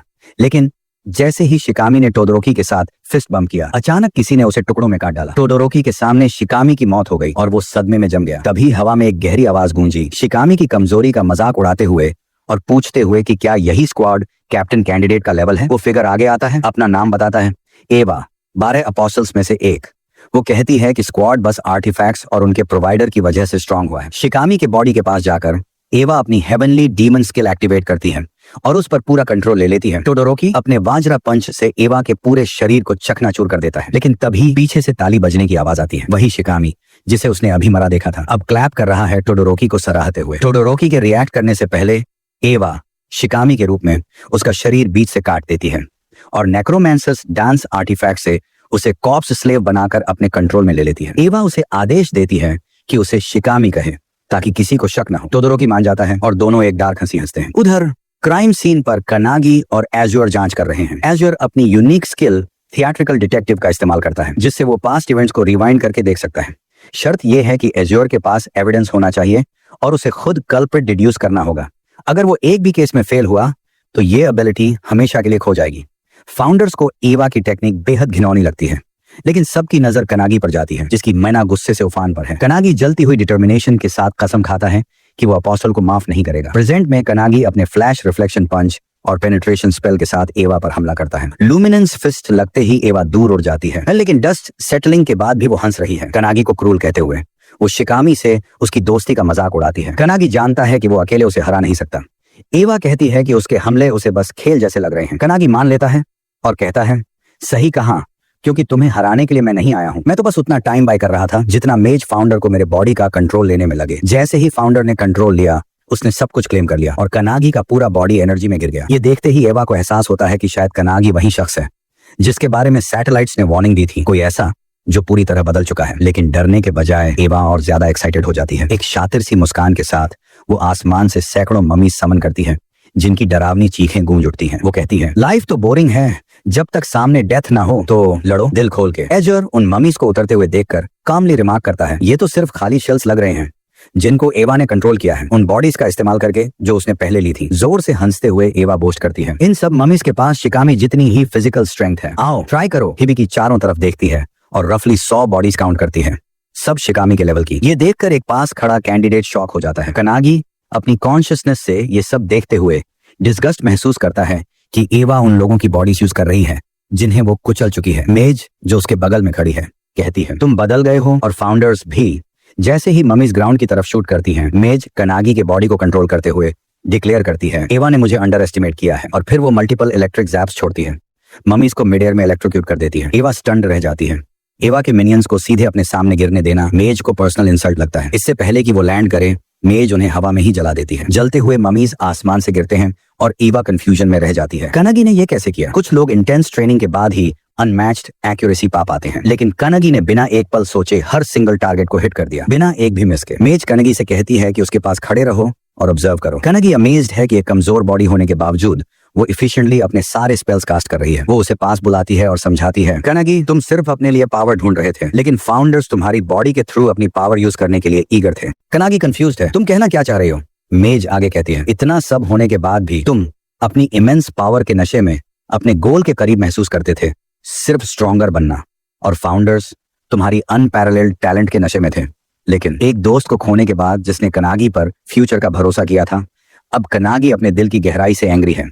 मेज इशारा करती है एक्साइटेड फाउंडर्स की तरफ और कहती है, उन्हें ये वाला कनागी बहुत पसंद है। एवा ये सुनकर कंफ्यूज हो जाती है। वो कनागी की तरफ चार्ज करती है चिल्लाते हुए, दुनिया का रूल सिंपल है, वीक को स्ट्रॉन्ग कुचल देता है। लेकिन अचानक उसके सामने एक इलेक्ट्रिक स्पार्क फटता है और वो मिड चार्ज रुक जाती है। आसमान से लगातार थंडर स्ट्राइक्स बरस रहे हैं। मेज कहती है, बहुत लोग एवा की तरह सोचते हैं, लेकिन मैंने खुद एक ऐसी एग्जिस्टेंस देखी है जो टावर को डिस्ट्रॉय करने लायक थी, और फिर भी दूसरे डिमेंशन के बीस्ट्स ने उसे टॉय की तरह खेलकर डिवावर कर दिया। अपने गिरे हुए साथियों को याद करते हुए मेज कहती है, अब मैं उन वीक लोगों के लिए खड़ी हूँ जिनका बदला लेना है। एवा थंडर स्ट्राइक्स में घिरी उठ नहीं पा रही। मेज को पता है, पहाड़ों में ट्रेनिंग करने के बावजूद कनागी के अंदर डीप इनसाइड रिवेंज की आग है। वो इंश्योर करती है कि फाउंडर्स का भी यही बिलीफ है, एक दिन कनागी उनकी तरफ पीक पर पहुंचेगा। अपना हाथ आगे बढ़ाते हुए मेज अश्योर करती है, अगर कभी हेल्प चाहिए हम देंगे, अगर कभी दुख हो वजह दिखाना प्रोफेसी को खत्म कर देंगे। कनागी बिना सोचे एवा की तरफ पॉइंट करता है और अचानक उस पर लाइटनिंग बोल्ट्स गिरते हैं, उसे टुकड़ों में फाड़ते हुए। सब शॉक में रह जाते हैं। इंस्ट्रक्टर सोचता है, ये लड़का मिडोरी जैसा है बचपन में, एक मॉन्स्टर इन द मेकिंग। एवा जमीन पर पड़ी समझ नहीं पा रही। ये लड़का न सिर्फ उसके सारे मिनियंस डिस्ट्रॉय कर गया, बल्कि उसकी बॉडी भी। कनागी उसकी तरफ चलते हुए पूछता है, अब समझ आई हमारी ताकत? मेरे पास तुमसे पूछने के लिए बहुत सवाल हैं और इंटेरोगेशन में माहिर लोग भी, सब जानना है मुझे। एवा गहरी आवाज में कहती है, मैं इस फॉर्म में तुमसे लड़ नहीं सकती, मेरे बॉस सही थे। अचानक जमीन से एक कॉफिन निकलता है। एवा कहती है, ये है मेरा ट्रम्प कार्ड। कनागी शॉक में एवा बताती है, सैकड़ों साल पहले एक फाउंडर था, 10,000 मैन आर्मी स्लैशर, जिसने टावर को डिस्ट्रॉय किया था। एवा कॉफिन खोलती है, अंदर हिनोकी रचीरू की बॉडी। सारे फाउंडर्स, खासकर हिनोकी की स्पिरिट, शॉक में है। बिना वक्त गवाए मेज एक थंडरबोल्ट स्पेल छोड़ती है और कॉफिन को स्ट्राइक करती है। हिनोकी स्टन्ड है, लेकिन एवा कंट्रोल ले चुकी है हिनोकी के बॉडी का। अब हिनोकी का कॉर्प्स उनके सामने खड़ा है, तलवार थामे। एवा खुशी से कहती है, अब मैं तुमसे बराबरी पर लड़ सकती हूँ। कनागी को महसूस होता है ये ऑरा इचिका के साथ ट्रेनिंग के दौरान भी नहीं मिला था और ये उससे भी स्ट्रांग है। एवा स्नैप करती है और ग्राउंड से सैकड़ों मिनियन समन होते हैं। Second wave. कनागी थोड़ा वरिड है, लेकिन मेज कहती है कुछ नहीं है। तभी एवा के पीछे एक ब्लास्ट होता है। कनागी के दोस्त आ गए हैं, इचिका, सू और बाकी सब रेडी फॉर बैटल। एवा अनॉयड है, मुझे लगा ये अकेला है, लेकिन कनागी को एहसास होता है हिनोकी के कॉर्प्स की आवाज और बोलने का अंदाज बिल्कुल असली हिनोकी जैसा है। बैटल शुरू होती है, लेकिन मिनियंस बहुत टफ हैं, फिजिकल हार्डनिंग स्किल्स के साथ। कनागी की टीम के अटैक्स उन्हें नुकसान नहीं पहुंचा पा रहे हैं और हर मिनियन के पास एक यूनिक स्किल है। हाइबी की अपनी sound visualization release skill activate करती है, एक साउंड फिनिक्स समन करके कई मिनियंस को मिटा देती है, लेकिन वो अलर्ट रहती है। हर मिनियन इंडिविजुअली और स्ट्रांग हो चुका है। अचानक टोडोरोकी अपने चेन्स तोड़कर एक यंग मेंबर को स्लैम करता है। हिबिकी वक्त रहते उसे बचा लेती है। एवा कियोस में मजे ले रही है, हंसते हुए कहती है, ऐसी लड़ाई में सिर्फ स्क्वाड कैप्टन्स सरवाइव कर सकते हैं। कनागी फाउंडर्स की तरफ देखता है, सब चुप हैं। वो मेज से कहता है, बॉडी मुझे दो 1 मिनट के लिए। मेज सरप्राइज्ड है, लेकिन अग्री करती है। कनागी फाउंडर्स की तरफ देखता है, सब चुप हैं। कंट्रोल लेकर एवा से कहता है, तुमने मेरे दोस्तों को अंडर एस्टिमेट किया, ये तुम्हारी गलती है। हनादा मिनियन से घिरा है, लेकिन उसे कनागी का लेसन 7 याद है। वो अपनी फिस्ट टेक्निक से एक ड्रैगन समन करता है और हर चार्जिंग मिनियन को तबाह कर देता है। पास्ट में फाउंडर वॉन्टाक ने हनाडा की बॉडी और फाइटिंग स्टाइल ऑब्जर्व किया था और आइलसन ने गाइड किया था कि टेक्निक को और एफिशिएंट कैसे बनाया जाए। अब हनाडा स्नेक जैसी फ्लेक्सिबिलिटी और हर एंगल से स्ट्राइक्स करके मिनियंस को खत्म कर रहा है। इसी समय अकने रेडी है, कनागी की दी हुई ट्रांसम्यूट टेक्निक यूज करते हुए, जिससे इम्परफेक्ट सब्सटेंस परफेक्ट बनता है। पहले वो सिर्फ लो क्वालिटी वेपन्स बना पाती थी, लेकिन अब वो अर्थ से स्टोन गोलेम्स बना रही है। ये वो स्किल थी जो उसने लेसन 8 में पूरी तरह मास्टर कर ली थी और इसके साथ वो मिनियंस के हार्ड एंड फिजिक्स तक को भी आसानी से तोड़ सकती थी। कनागी ने हिनोकी से त्सुओ के बारे में पूछा, लेकिन हिनोकी ने उसे भरोसा दिलाया कि त्सुओ अपनी जगह संभाल रहा है। भले ही वो अपने भाई जितना ब्रिलियंट ना हो, लेकिन उसके पास अपनी अलग टैलेंट्स हैं। इस वक्त वो बड़े स्किल से हिनोकी का 1 हैंडेड सोर्ड स्टाइल और स्काईफॉल स्किल को कंबाइन करके एक ही पावरफुल स्विंग में मिनियंस के झुंड को काट गिरा रहा था। फिर उसने इस अटैक को कैलेंड्यूला के साथ मर्ज किया, जिससे एक फूल के आकार का स्लैश बना जो वाइड एरिया में मिनियंस को साफ कर गया। ये देखकर इचिका के दिल में एक गहरी प्राइड उठी। वो इम्प्रेस होकर सोचने लगी कि उसका स्टूडेंट कितनी आसानी से टेक्निक्स और स्किल्स को कंबाइन कर रहा है। लेकिन उसके हिसाब से कनागी की फीट्स अब भी अनमैच्ड हैं, क्योंकि उसकी कॉम्बिनेशंस की कॉम्प्लेक्सिटी ही अलग है। जैसे ही वो मिनियंस को काटते हुए सोच में डूबी थी, अचानक उसने सामने एक मैसिव फायर टॉर्नेडो बनते हुए देखा। ये देखकर वो चौंक गई, क्योंकि इसका मतलब था कि कनागी और 12 अपोस्टल्स की लड़ाई शुरू हो चुकी है। लेकिन जैसे ही उसकी नजर उस फायरी वॉर्टेक्स पर टिकी, उसकी शौक और बढ़ गई। कनागी लड़ रहा था किसी और से नहीं, बल्कि लेजेंडरी फाउंडर हिनोकी से। एवा हिनोकी का 1 हैंडेड ब्लेड स्टाइल और वेव कटिंग ब्लेड टेक्निक के साथ कनागी पर चार्ज करती है। लेकिन हमारा लड़का गोकू के अल्ट्रा इंस्टिंक्ट जैसी प्रिसीजन के साथ आसानी से अटैक को साइड स्टेप कर देता है। भले ही एवा का वार खाली चला गया, लेकिन उसका स्ट्राइक नीचे की पूरी जमीन उड़ा देता है। कनागी तुरंत काउंटर करता है मेज के थंडरबोल्ट अटैक से, लेकिन एवा जैसी पावर के सामने ये बस हल्का असर डालता है। एवा रिटेलिएशन में डाइस स्लैश स्किल छोड़ देती है और पूरा बैटलफील्ड छोटे छोटे क्यूब्स में बंट जाता है। अपने मिनियंस को भी काट गिराती है, लेकिन कनागी बच जाता है। एक फ्लोटिंग क्यूब पर कूदकर उसे याद आता है कि ये स्किल वो पहले अपने शरीर पर झेल चुका है। इस शिफ्टिंग क्यूब्स वाले बैटलफील्ड में बाकी मेंबर्स को खड़े रहना भी मुश्किल हो रहा था। एक मेंबर दूसरे को गिरने से रोकने की कोशिश कर रहा था, लेकिन तभी डाइस स्लैश उसके हाथ को काट देता है और वो एबिस में गिर जाती है। जैसे ही वो फ्री फॉल में होती है, अब भी अपने साथी का कटा हुआ हाथ पकड़े हुए कनागी सही समय पर देख लेता है। बिना देर किए वो बबल स्पेल कास्ट करता है और उन्हें सुरक्षित ऊपर खींच लेता है। मेज स्पिरिट अब ज्यादा चिंतित होकर हिनोकी से पूछती है, अब क्या करें? लेकिन हिनोकी बस कैजुअली कहता है, जो करना चाहो करो। वो मान जाती है और उसी समय एवा छोड़ देती है स्प्लिटिंग क्लाउड, एक इतनी पावरफुल बीम ब्लास्ट जो पूरे बैटलफील्ड को घेर लेती है। यहाँ तक कि स्क्वाड कैप्टन हिबिकी भी इसकी मैडनेस देखकर स्टन्ड रह जाता है। एवा तो और ज्यादा थ्रिल्ड है एक फाउंडर के बॉडी की कैपेबिलिटीज देखकर। उसे ये बॉडी बैटल के लिए बिल्कुल परफेक्ट लग रही थी, लेकिन फिर भी उसे लगता है कि अब और भी स्ट्रॉन्ग स्किल इस्तेमाल करने की जरूरत है। वो हिनोकी का सीक्रेट टेक्निक एक्टिवेट करती है, इंडोमिटेबल और स्ट्राइक के लिए तैयार होती है, लेकिन शॉक में जम जाती है जब कनागी उसका सोर्ड नंगे हाथों से पकड़ लेता है। हिनोकी का स्पिरिट बिल्कुल अनइम्प्रेस्ड खड़ा है और मेज मॉकिंग टोन में कहती है, भले ही एवा हिनोकी का बॉडी इस्तेमाल कर रही है, फिर भी वो वीक है। एवा गुस्से में चिल्लाती है, एक फाउंडर का लेजेंडरी बॉडी कैसे वीक हो सकता है? वो हिनोकी की मेमोरीज में गहराई तक घुसकर और भी पावरफुल स्किल ढूंढने लगती है और तभी उसकी आंखों से आंसू निकल आते हैं। उसने कुछ ऐसा देखा था जो सच में डरावना था। वो याद थी हिनोकी के पास्ट की, जब वो टाइम ऑफ द टावर्स में जिंदा था। उस विजन में हिनोकी सिर्फ एक स्विंग में पूरी टावर को काट देता है, लेकिन हर बैटल के साथ वो और ठंडा और डिटैच्ड होता जाता है। एवा समझ नहीं पाती कि एक इंसान की विजडम और स्किल इतनी अनइमेजिनेबल लेवल तक कैसे पहुंच सकती है। हिनोकी की मेमोरीज भरी हुई थी, इंसानी बॉडीज को काटने से लेकर मॉन्स्टर्स को खत्म करने तक, यहाँ तक कि समुद्र को काट देना और प्लेनेट को भी चोट पहुंचना। इन यादों का वेट एवा की स्पिरिट को तोड़ देता है। वो अंदर से क्रम्बल होने लगती है, सोचती है अब कहाँ जाए, कैसे स्ट्रांग बने, लेकिन सब कुछ उसके लिए अनबेरेबल हो जाता है। उसकी सोल टूटने लगती है, जैसे अभी शून्य में बिखर जाएगी। हिनोकी का स्पिरिट फिर भी आराम से बैठा है और कहता है उसकी स्पिरिट को बस टूट जाने दो। लेकिन एक और फाउंडर वार्निंग देता है, अगर ऐसा हुआ तो ये कंट्रोल से बाहर हो जाएगी और सबको स्लॉटर कर देगी। और वही होता है, एवा की स्पिरिट टूट जाती है और एक इतनी तेज चीख निकलती है कि वो दूर ताकासाकी शहर तक सुनाई देती है। इसका असर इतना खतरनाक था कि तुरंत इवैक्यूएशन शुरू हो गया। लोग अपने फोन देखते हैं और पता चलता है कि ओरा नगानो प्रीफेक्चर से आ रही है, 100 किलोमीटर दूर से। फिर भी शॉक वेव्स वहां तक पहुंच जाते हैं। लोग घबराने लगते हैं, मानो एंड ऑफ टाइम्स आ गया हो या कोई विशाल मॉन्स्टर आ गया हो। बैटलफील्ड पर एवा की चीख के साथ ही पत्थर तक हवा में उड़ने लगते हैं। उसकी ओवरवेलमिंग ऑरा सबके कंधों पर भारी पड़ने लगती है।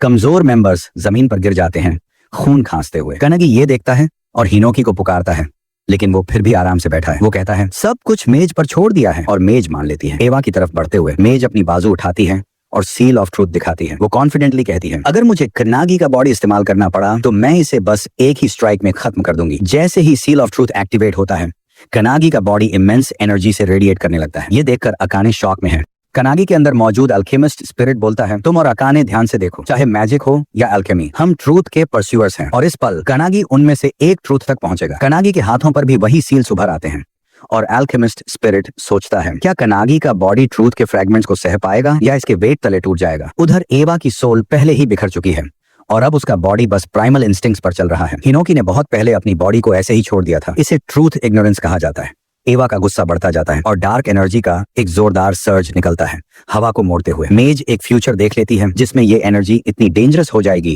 कि कनागी समेत सबको मार देगी और कॉन्टिनेंट के पार तक असर करेगी। कनागी सीरियसनेस से डेंजर को समझता है। मेज अपना स्किल एक्टिवेट करती है, मैगस ऑफ ट्रूथ, जो टारगेट के स्किल्स को काउंटर करने के लिए बनी है। इसकी ताकत इतनी ज्यादा है कि दुनिया खुद इसे सह नहीं सकती। एवा अपना डार्क एनर्जी लोड करके कनागी पर स्विंग करती है, लेकिन कनागी आसानी से उसका हाथ पकड़ लेता है। फिर मेज कनागी के बॉडी से एक जलता हुआ लाइट अटैक छोड़ती है और एक मैसिव ब्लास्ट पूरे एरिया को इंगल्फ कर लेता है। जब डस्ट सेटल होती है, एवा बस एक जली हुई स्केलेटन रह जाती है और कनागी अब भी उसका हाथ पकड़े होता है। मेज कनागी के बॉडी से बोलती है, गुड बाय एवा, और उसकी राख हवा में उड़ जाती है। बाकी फाउंडर्स ये सब देखकर डिटर्मिनेशन से खड़े रहते हैं, लेकिन हिनोकी उठता है अनॉयड होकर, क्योंकि अब उसकी सोल और बॉडी पूरी तरह अलग हो चुकी है। मेज मुस्कुराते हुए कनागी से पूछती है, जो तुमने अभी देखा, क्या ये तुम्हारी ट्रेनिंग में मदद करेगा? कनागी कंट्रोल वापस लेते ही शॉक में देखता है कि फील्ड साफ है और उसके सारे कॉमरेड्स चीयर कर रहे हैं, जैसे उसने मॉन्स्टर को हरा दिया हो। इचिका हालांकि थोड़ा वरीड है कि कनागी ने तलवार का इस्तेमाल ही नहीं किया, जैसे उसकी टीचिंग्स का कोई असर न हुआ हो। हनादा राहत की सांस लेता है और सो कनागी की तारीफ करता है, तूने उस पावरफुल दुश्मन को बस एक अटैक में जला दिया। लेकिन अकाने गहराई से समझती है कि कनागी ने अपने ओपोनेंट के पूरे स्किल्स को एनालाइज करके उन्हें पूरी तरह बेकार कर दिया। अकाने के हाथ हल्के हल्के कांपने लगते हैं। वो सोचती है, क्या वाकई कोई इंसान इस लेवल तक पहुंच सकता है? लेकिन अनसर्टेनिटी के बावजूद उसके अंदर कॉन्फिडेंस आने लगता है और वो खुद को मोटिवेट करती है कि एक दिन वो भी ऐसा करेगी। इंस्ट्रक्टर अब फील्ड में बने उस मैसिव होल को देखकर परेशान है। आखिर ये तो बस एक एग्जामिनेशन था, लेकिन हालात बहुत जल्दी बिगड़ गए और वो भी स्पेक्टेकुलर तरीके से। टोडोरोकी तक मर चुका है, जिससे इंस्ट्रक्टर और चिढ़ जाता है, क्योंकि अब उसे एक और ऐसा एग्जाम कंडक्ट करना पड़ेगा। जैसे ही सारे मेंबर्स खुद को संभाल रहे होते हैं, एक को अचानक एक अजीब सा चमकता हुआ सर्कल दिखता है और वो डर जाता है। इंस्ट्रक्टर भी शॉक में है, लेकिन सबकी हैरानी के लिए ये तो सुपरिंटेंडेंट है। कनागी सुपरिंटेंडेंट को देखते ही याद करता है कि ये वही बूढ़ी औरत है जिसे उसने पहले अपनी कॉन्शियसनेस में देखा था। सुपरिंटेंडेंट के साथ खड़ी उनकी असिस्टेंट भी थोड़ी कंफ्यूज्ड है कि वो यहाँ क्यों है। लेकिन अचानक सुपरिंटेंडेंट कनागी के सामने घुटनों के बल बैठ जाती है, कहती है, मैं तुम्हारे लौटने का इंतजार कर रही थी। वो बताती है कि उसने फाउंडर्स के लिए सैकड़ों साल इंतजार किया और आज वो आखिरकार उसके सामने खड़े हैं। सू और बाकी लोग इचिका की तरफ जवाब के लिए देखते हैं। इचिका कहती है कि उन्हें पहले से पता होना चाहिए था लेकिन शायद ये पहली बार है जब वो उन्हें देख रहे हैं। इचिका के मुताबिक ये बूढ़ी औरत एंटी प्रोफेसी की एक फाउंडर है और जापानीज ब्रांच में हाईएस्ट रैंक पर है। सू नाराज होकर कहता है, हमें ये पता है, लेकिन असली सवाल ये है कि वो कनागी के सामने घुटनों पर क्यों बैठी है। इचिका मानती है कि उसे भी नहीं पता। उधर कनागी भी हैरान है, सोच रहा है कि ये औरत उसके सामने ऐसे क्यों झुक रही है। कनागी के अंदर मौजूद फाउंडर्स भी गहरे सोच में पड़ जाते हैं, लेकिन उन्हें भी जवाब नहीं मिलता। तभी कनागी एक बहुत भारी ऑरा महसूस करता है और शॉक में आ जाता है। वो बूढ़ी औरत उठकर पूछती है, कनागी क्या तुम्हें मेरी याद है? देखो मैं बूढ़ी हो गई हूँ। फिर क्लैरिटी लाने के लिए वो मुड़कर अपनी कमर हिलाने लगती है और हिनोकी को बुलाती है कि वो उसका वेस्ट डांस देखे। सारे फाउंडर्स कंफ्यूज्ड हैं, लेकिन फिर अचानक उन्हें समझ आता है ये तो आयो है। हिनोकी फटाफट कनागी से कहता है कि उसे स्विच करने दे और जैसे ही कनागी स्विच करता है हिनोकी आयो को ग्रीट करता है। ये देखकर सबके होश उड़ जाते हैं और सुपरिंटेंडेंट के असिस्टेंट्स तुरंत ऑफेंसिव स्टैंस ले लेते हैं, इसे डिसरिस्पेक्ट मानते हुए। गुस्से में वो कहते हैं, हम कनागी को यहीं खत्म करेंगे और एग्जाम फिर से शुरू करेंगे। लेकिन आयो जो अभी भी हिनोकी के साथ डांस कर रही है उन्हें काम करते हुए कहती है, रिलैक्स, सब ठीक है। हिनोकी मजाक में ईओ के सिर पर हाथ फेरते हुए कहता है, तू तो ग्रैनी बन गई। ईओ उसकी आवाज सुनते ही याद करती है कि वो पहले भी ऐसे ही बात करता था जब वो उसके साथ थी। कुछ देर बाद सभी मेंबर्स ट्रेनिंग ग्राउंड्स को रिपेयर करने और खुद को रीग्रुप करने लगते हैं। इस दौरान एंटी प्रोफेसी के अंदर एक टॉप सीक्रेट जगह हट ऑफ एवरलास्टिंग विजन में कनागी उसके गार्डन को देखकर स्टन्ड है। आयो बताती है कि वो अक्सर अपनी अपीयरेंस रिवील नहीं कर सकती, इसलिए इस जगह पर बैरियर लगा होता है ताकि वो बिना डिस्टर्बेंस के रह सके। कनागी पूछता है कि क्या वो सभी फाउंडर्स को जानती है। आयो अपनी कहानी शुरू करती है। वो बताती है कि टावर एरा में उसने अपना परिवार खो दिया था और फाउंडर्स ने उसे बचाया, पाला पोसा। कनागी शॉक में है कि वो उस समय बस एक बच्ची थी। जब आयो कहती है कि ये 300 साल पहले की बात है, कनागी और भी स्टंट हो जाता है, मतलब वो 300 साल की है। आयो फिर बताती है कि उसके पास एक आर्टिफैक्ट है जो समय को रोक देता है जब तक वो हेडक्वार्टर्स में रहती है। आर्टिफैक्ट की बात सुनकर कनागी को कुछ याद आता है। हिनोकी की स्पिरिट वैलेंटाइन से कहती है कि ये आर्टिफैक्ट उसकी प्रिजर्वेशन स्किल जैसा ही काम करता है। वैलेंटाइन अग्री करती है, कहती है कि अपने प्राइम में वो भी ये कर सकती थी, लेकिन सोचती है कि आयो को इतना पावरफुल आर्टिफैक्ट मिला कहां से। आयो बताती है कि एंटी प्रोफेसी में एक सीक्रेट डिवीजन है जो आर्टिफैक्ट्स कलेक्ट करती है, लेकिन हाल ही में उनके स्टोरेज फैसिलिटी पर हमला हुआ और बहुत सारे आर्टिफैक्ट्स चोरी हो गए। इसका जवाब देने के लिए मिडोरी समेत एक स्पेशल टास्क फोर्स बनाई गई है। कनागी के अंदर मौजूद डिटेक्टिव फाउंडर सोचते हैं कि शायद ये हमला 10 अपोस्टल्स ने किया और इसी वजह से आज वो इतने पावरफुल हैं। कनागी हैरान है कि उसने इतनी जल्दी ये डिडक्शन कैसे कर लिया। डिटेक्टिव बताता है कि जब ईवा ने अपने बॉस का जिक्र किया तो उसने उसकी मेमोरी चेक की और ये कंफर्म किया। एक और फाउंडर कहता है कि 12 सुपर स्ट्रॉन्ग अवेकनर्स ढूंढने से आसान है मीडियोकर अवेकनर्स को आर्टिफैक्ट से बूस्ट कर देना। हिनोकी अग्री करता है, कहता है कि जिन दुश्मनों से पहले सामना हुआ था वो मकोटो जितने स्ट्रॉन्ग नहीं थे। आयो भी मानती है कि उन्हें 12 अपोस्टल्स के बारे में तब तक पता नहीं था जब तक उन्होंने फैसिलिटी पर रेड नहीं किया। वो बताती है कि अब अपोस्टल्स के पास एंटी प्रोफेसी के सबसे बड़े दुश्मन जितनी ताकत है और उन्हें नजरअंदाज करना खतरनाक होगा। वो जोड़ती है कि वो उनके लीडर को ट्रैक कर रहे हैं, लेकिन शायद मिडोरी पहले उन तक पहुंच जाएगी। कनागी इस पर शॉक हो जाता है। उधर डिट्रॉइट मिशिगन में सड़कें बिल्कुल सुनसान हैं। एक जगह जो बैटलफील्ड जैसी दिखती है वहां अचानक एक टर्बुलेंट स्पेल से बना टॉर्नेडो जमीन से टकराता है जोरदार धमाके के साथ। उसके सेंटर में खड़ी है मिडोरी, जिसने अभी अभी एक चौंकाने वाली सच्चाई जान ली है। सबको लगा था कि 12 अपोस्टल्स में सिर्फ 12 लोग हैं, लेकिन एक 13वां मेंबर भी है। ऑर्ब के जरिए उसे देखते हुए एक आदमी अपने काउच पर लेटे लेटे स्मर्क करता है। इम्प्रेस्ड कि मिडोरी इतनी जल्दी पहुंच गई, वो एक खतरनाक टोन में कैजुअली पूछता है, तो मिडोरी कॉफी लोगी या ब्लैक टी? बिना किसी हिचकिचाहट के मिडोरी उसे मरने के लिए चुनता है और उसके असली टाइटल से पुकारता है, नंबर 0। मिडोरी तुरंत एक और टर्बुलेंस बीम छोड़ता है सीधा हवा में तैर रहे नंबर 0 की तरफ। ये बीम इतनी मैसिव है कि दूर कहीं स्पेशल टास्क फोर्स का एक और मेंबर निशिनाबी इसे नोटिस कर लेता है। उसके साथ मौजूद मिकाडो कहता है, शहर तो पहले ही अबैंडन्ड है तो हम सेफ हैं, लेकिन फिर भी उसे हैरानी होती है मिडोरी इतना पावरफुल अटैक क्यों इस्तेमाल कर रहा है। दोनों बात कर ही रहे होते हैं कि अचानक उन्हें अपनी तरफ आती एक बेहद स्ट्रॉन्ग अटैक की आहट महसूस होती है। वो फौरन बिल्डिंग से कूद जाते हैं और अगले ही पल बिल्डिंग बीच से चीर कर 2 हिस्सों में बंट जाती है। पूरा ढांचा टूटकर बिखर जाता है। जमीन पर उतरते ही वो तय करते हैं कि नंबर 0 को मिडोरी के हवाले छोड़ देंगे और खुद कमुरागी यानी 12 शिष्यों में से एक से निपटेंगे। उधर मिडोरी अब फ्रस्ट्रेट हो चुका है। उसकी सबसे पावरफुल विंड अटैक्स भी नंबर 0 को घेरने वाले बबल को भेद नहीं पा रही हैं। वो सोचता है, क्या ये किसी स्किल का असर है या फिर कोई आर्टिफैक्ट? अपनी चाय खत्म करके नंबर 0 खुद बबल से बाहर आता है। मिडोरी को मॉक करते हुए पूछता है, हो गया तुम्हारा? मिडोरी बिना वक्त गंवाए wall of cutting pearls cast करता है और विशाल चट्टाने नंबर 0 की तरफ फेंक देता है। एक भयानक एक्सप्लोजन होता है, लेकिन मिडोरी के शॉक में पड़ जाने के लिए नंबर 0 बिल्कुल सही सलामत बाहर निकलता है। वो आराम से अपनी तुलना मछलियों के बीच एक भेल से करता है। मिडोरी को तुरंत एहसास होता है कि उसके पास बबल के अलावा भी कोई डिफेंस है। नंबर 0 उसे प्रोवोक करना शुरू करता है, कहता है, नॉर्मल हालात में तुम इतने ताकतवर और डरावने होते कि मैं तुम्हें दुश्मन मानने की भी नहीं सोचता, लेकिन अब तुम अपने दोस्त की मौत पर शोक मना रहे हो। मेरे लिए तुम अब सिर्फ एक पैथेटिक क्रीचर हो। वो आगे कहता है, जन्म से ही तुम सिर्फ लड़ाई के लिए बने थे, एक मॉन्स्टर, और फिर भी तुम अपने कीमती दोस्तों को नहीं बचा पाए। ये बातें मिडोरी के अंदर गहरी आग जला देती हैं। उसकी आंखों में जलता हुआ किलिंग इंटेंट और दिमाग में पुरानी यादों का सैलाब। यादें 23 साल पहले की।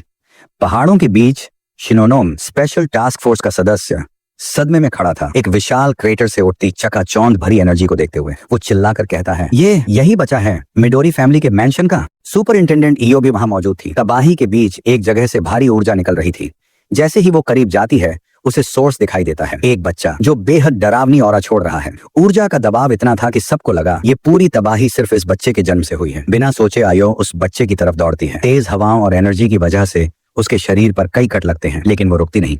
आखिरकार वो बच्चे तक पहुंचती है और उसे गोद में लेकर धीरे से कहती है, सब ठीक है, अब डरने की जरूरत नहीं। ईओ की गर्माहट महसूस करते ही बच्चा रोना बंद कर देता है और चारों तरफ फैली हिंसक हवा भी थम जाती है। खून और चोटों से लथपथ ईओ बच्चे को सीने से लगाए खड़ी है और कहती है, ये बच्चा एंटी प्रोफेसी के साथ पलेगा। बाद में उसका नाम रखा जाता है मिडोरी। 9 साल बाद मिडोरी, अब एक लड़का, फैसिलिटी छोड़ने की तैयारी कर रहा है। टीचर हिनोकी हियारादू और 12 साल की इच्छिका उसे रोकने की कोशिश करते हैं। उसे चेतावनी देता है, अगर तुमने ये कदम उठाया तो एंटी प्रोफेसी तुम्हारा पीछा करेगी। मिडोरी बेपरवाह होकर मान जाता है, लेकिन जाते जाते हिनोकी कहता है, इसी वजह से मैंने तुम्हें जिंदा छोड़ा था। इचिका माहौल की गंभीरता महसूस करती है, लेकिन अचानक हंसने लगती है। मिडोरी बचपन से ही बेहद ताकतवर था, बाकी सबको कमजोर समझता था, लेकिन एक दिन उसकी मुलाकात मकोटो से हुई। मकोटो ने उसे लकड़ी की तलवार फेंकते हुए कहा, मेरे साथ सोर्ड ट्रेनिंग करेगा? मिडोरी हैरान था, लेकिन मकोटो मुस्कुराकर तलवार आगे कर देता है। ट्रेनिंग शुरू हुई, लेकिन मिडोरी कभी मकोटो को हरा नहीं पाया। गुस्से में मिडोरी बार बार स्पारिंग की मांग करता, लेकिन नतीजा वही, हार। निशिना कहता है, शायद तुम इतने स्ट्रांग हो, यही वजह है। मिडोरी को समझ नहीं आता। तभी बाहर से आवाज आती है, ये तुम्हारी तारीफ है। ये मिकाडो था, तब 14 साल का। मिकाडो बताता है कि मिडोरी लड़ते वक्त लकड़ी की तलवार तोड़ देता है। उसे अपनी ऑफेंसिव ऑरा और प्रोटेक्टिव ऑरा में बैलेंस लाना होगा। निशिना एक अंडा दिखाकर समझाता है, अगर पूरी ताकत लगाओ तो अंडे का छिलका तोड़े बिना पकड़ना मुश्किल है। मिकाडो जमीन पर अंडा फेंकता है और सबको हैरानी होती है कि छिलका टूटा ही नहीं।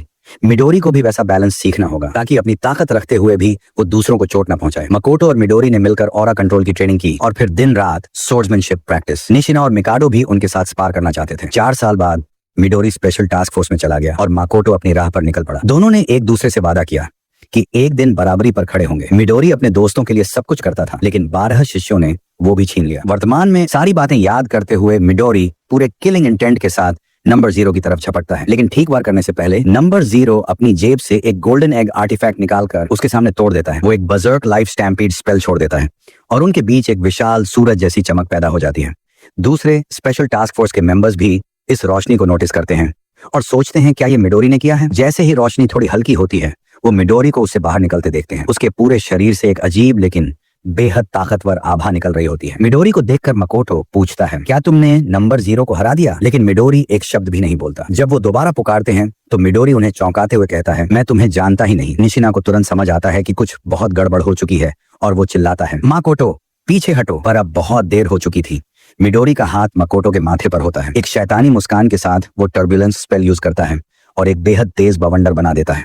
जापानी ब्रांच के 3 स्पेशल फोर्स मेंबर गायब हो जाते हैं। इसके बाद यूएसए ब्रांच से एक और स्पेशल टास्क फोर्स भेजी जाती है, जिसमें मार्की और एश्टन होते हैं इस मामले की जांच करने के लिए। जैसे ही वो पहुंचते हैं, एश्टन जमीन को छूकर महसूस करता है कि यहाँ की रेजिजुअल एनर्जी बेहद स्ट्रांग है और ये जगह किसी विशाल धमाके का केंद्र थी। मार्की उस क्रेटर का साइज देखकर हैरान रह जाता है जो मिडोरी ने बनाया था और समझ जाता है कि उसे वर्ल्ड स्ट्रॉन्गेस्ट मैन क्यों कहा जाता है, लेकिन उसे ये समझ नहीं आता कि मिडोरी और उसकी टीम अचानक गायब क्यों हो गई। एश्टन के पास भी इसका कोई जवाब नहीं। मिडोरी के गायब होने की खबर जापानीज ब्रांच तक पहुंचती है और पूरा सिस्टम अफरा तफरी में डूब जाता है। एवरलास्टिंग विजन हट में असिस्टेंट सुपरिंटेंडेंट रिपोर्ट सुनकर घबरा जाता है और यकीन नहीं कर पाता। आयो भी उतनी ही परेशान है और पूछती है कि क्या मिडोरी के बारे में सच में कोई जानकारी नहीं है। वो मिडोरी के असिस्टेंट रिन से पूछती है, लेकिन रिन भी अनजान है क्योंकि वो आर्टिफैक्ट जो उसे मिडोरी से जोड़ता था नष्ट हो चुका है। आयो इस सिचुएशन को बेहद दुखद मानती है। इसी दौरान कनागी वहां आता है।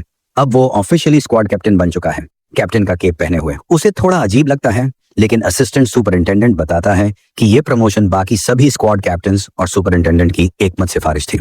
कनागी ने एवा से भी लड़ाई लड़ी थी और सबको यकीन है कि वो ही मकोटो की जगह भर सकता है। कनागी घुटनों पर बैठकर अपनी कसम याद करता है कि वो फाउंडर्स को जल्द से जल्द पार करेगा और आगे कोई मौत नहीं होने देगा। वो सबको भरोसा करने के लिए धन्यवाद देता है और फाउंडर्स की लेगेसी के साथ वादा करता है कि वो एंटी प्रोफेसी की उम्मीदों पर खरा उतरेगा। आयो खुश होकर कहती है कि उसे हमेशा पता था कनागी कैप्टनसी के लिए सबसे सही इंसान है, लेकिन फिर वो गंभीर हो जाती है और सीधे एक अहम मसले पर राय मांगती है। थोड़ी देर बाद कानागी खुद को सुपरिंटेंडेंट के सामने बैठा पाता है, जैसे सिचुएशन अचानक तेजी से बढ़ गई हो। तभी आयो के पीछे एक दरवाजा अचानक प्रकट होता है जिस पर बाघ का चित्र बना होता है। कानागी हैरान रह जाता है और जैसे ही दरवाजा खुलता है आयो दो बुरी तरह घायल मेंबर्स को पेश करती है, निशिना और मकोटो। आयो बताती है कि निशिना और मकोटो मिडोरी के साथ उसी स्पेशल टास्क फोर्स के मेंबर थे और वही जानते हैं कि असल में क्या हुआ।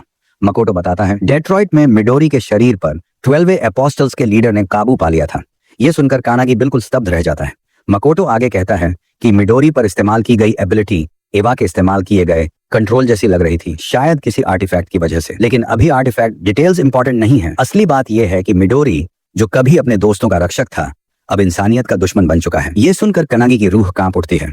मकोटो जोड़ता है कि मिडोरी ने कंट्रोल का विरोध किया और इतना वक्त निकाला कि निशिना और वो खुद भाग सके। पूरी तरह हार मानने से पहले मिडोरी ने माफी मांगी और आखिरी रिक्वेस्ट की, कानागी मेरी जगह नंबर 0 को हरा देना। कानागी बोल ही नहीं पाता। मिडोरी के शब्दों का बोझ उसके दिल पर उतरता जाता है। असिस्टेंट सुपरिंटेंडेंट उसके कंधे पर हाथ रखकर कहता है कि उससे बहुत उम्मीदें हैं, लेकिन याद दिलाता है कि उसकी स्क्वाड में अभी सिर्फ 4 मेंबर हैं, होंडा, अकाने और सू। उसे 3 और मेंबर तुरंत भर्ती करने होंगे। ये उसकी पहली और सबसे जरूरी जिम्मेदारी है। इसके साथ ये पार्ट खत्म होता है। अगर आपको वीडियो देखकर मजा आया तो चैनल को सब्सक्राइब करें, वीडियो को लाइक करें और अपने दोस्तों के साथ ये वीडियो शेयर कर दें और कमेंट सेक्शन में बताना आपको ये वीडियो कैसा लगा। मैं जल्दी ही इसका नेक्स्ट पार्ट भी लेकर आऊंगा।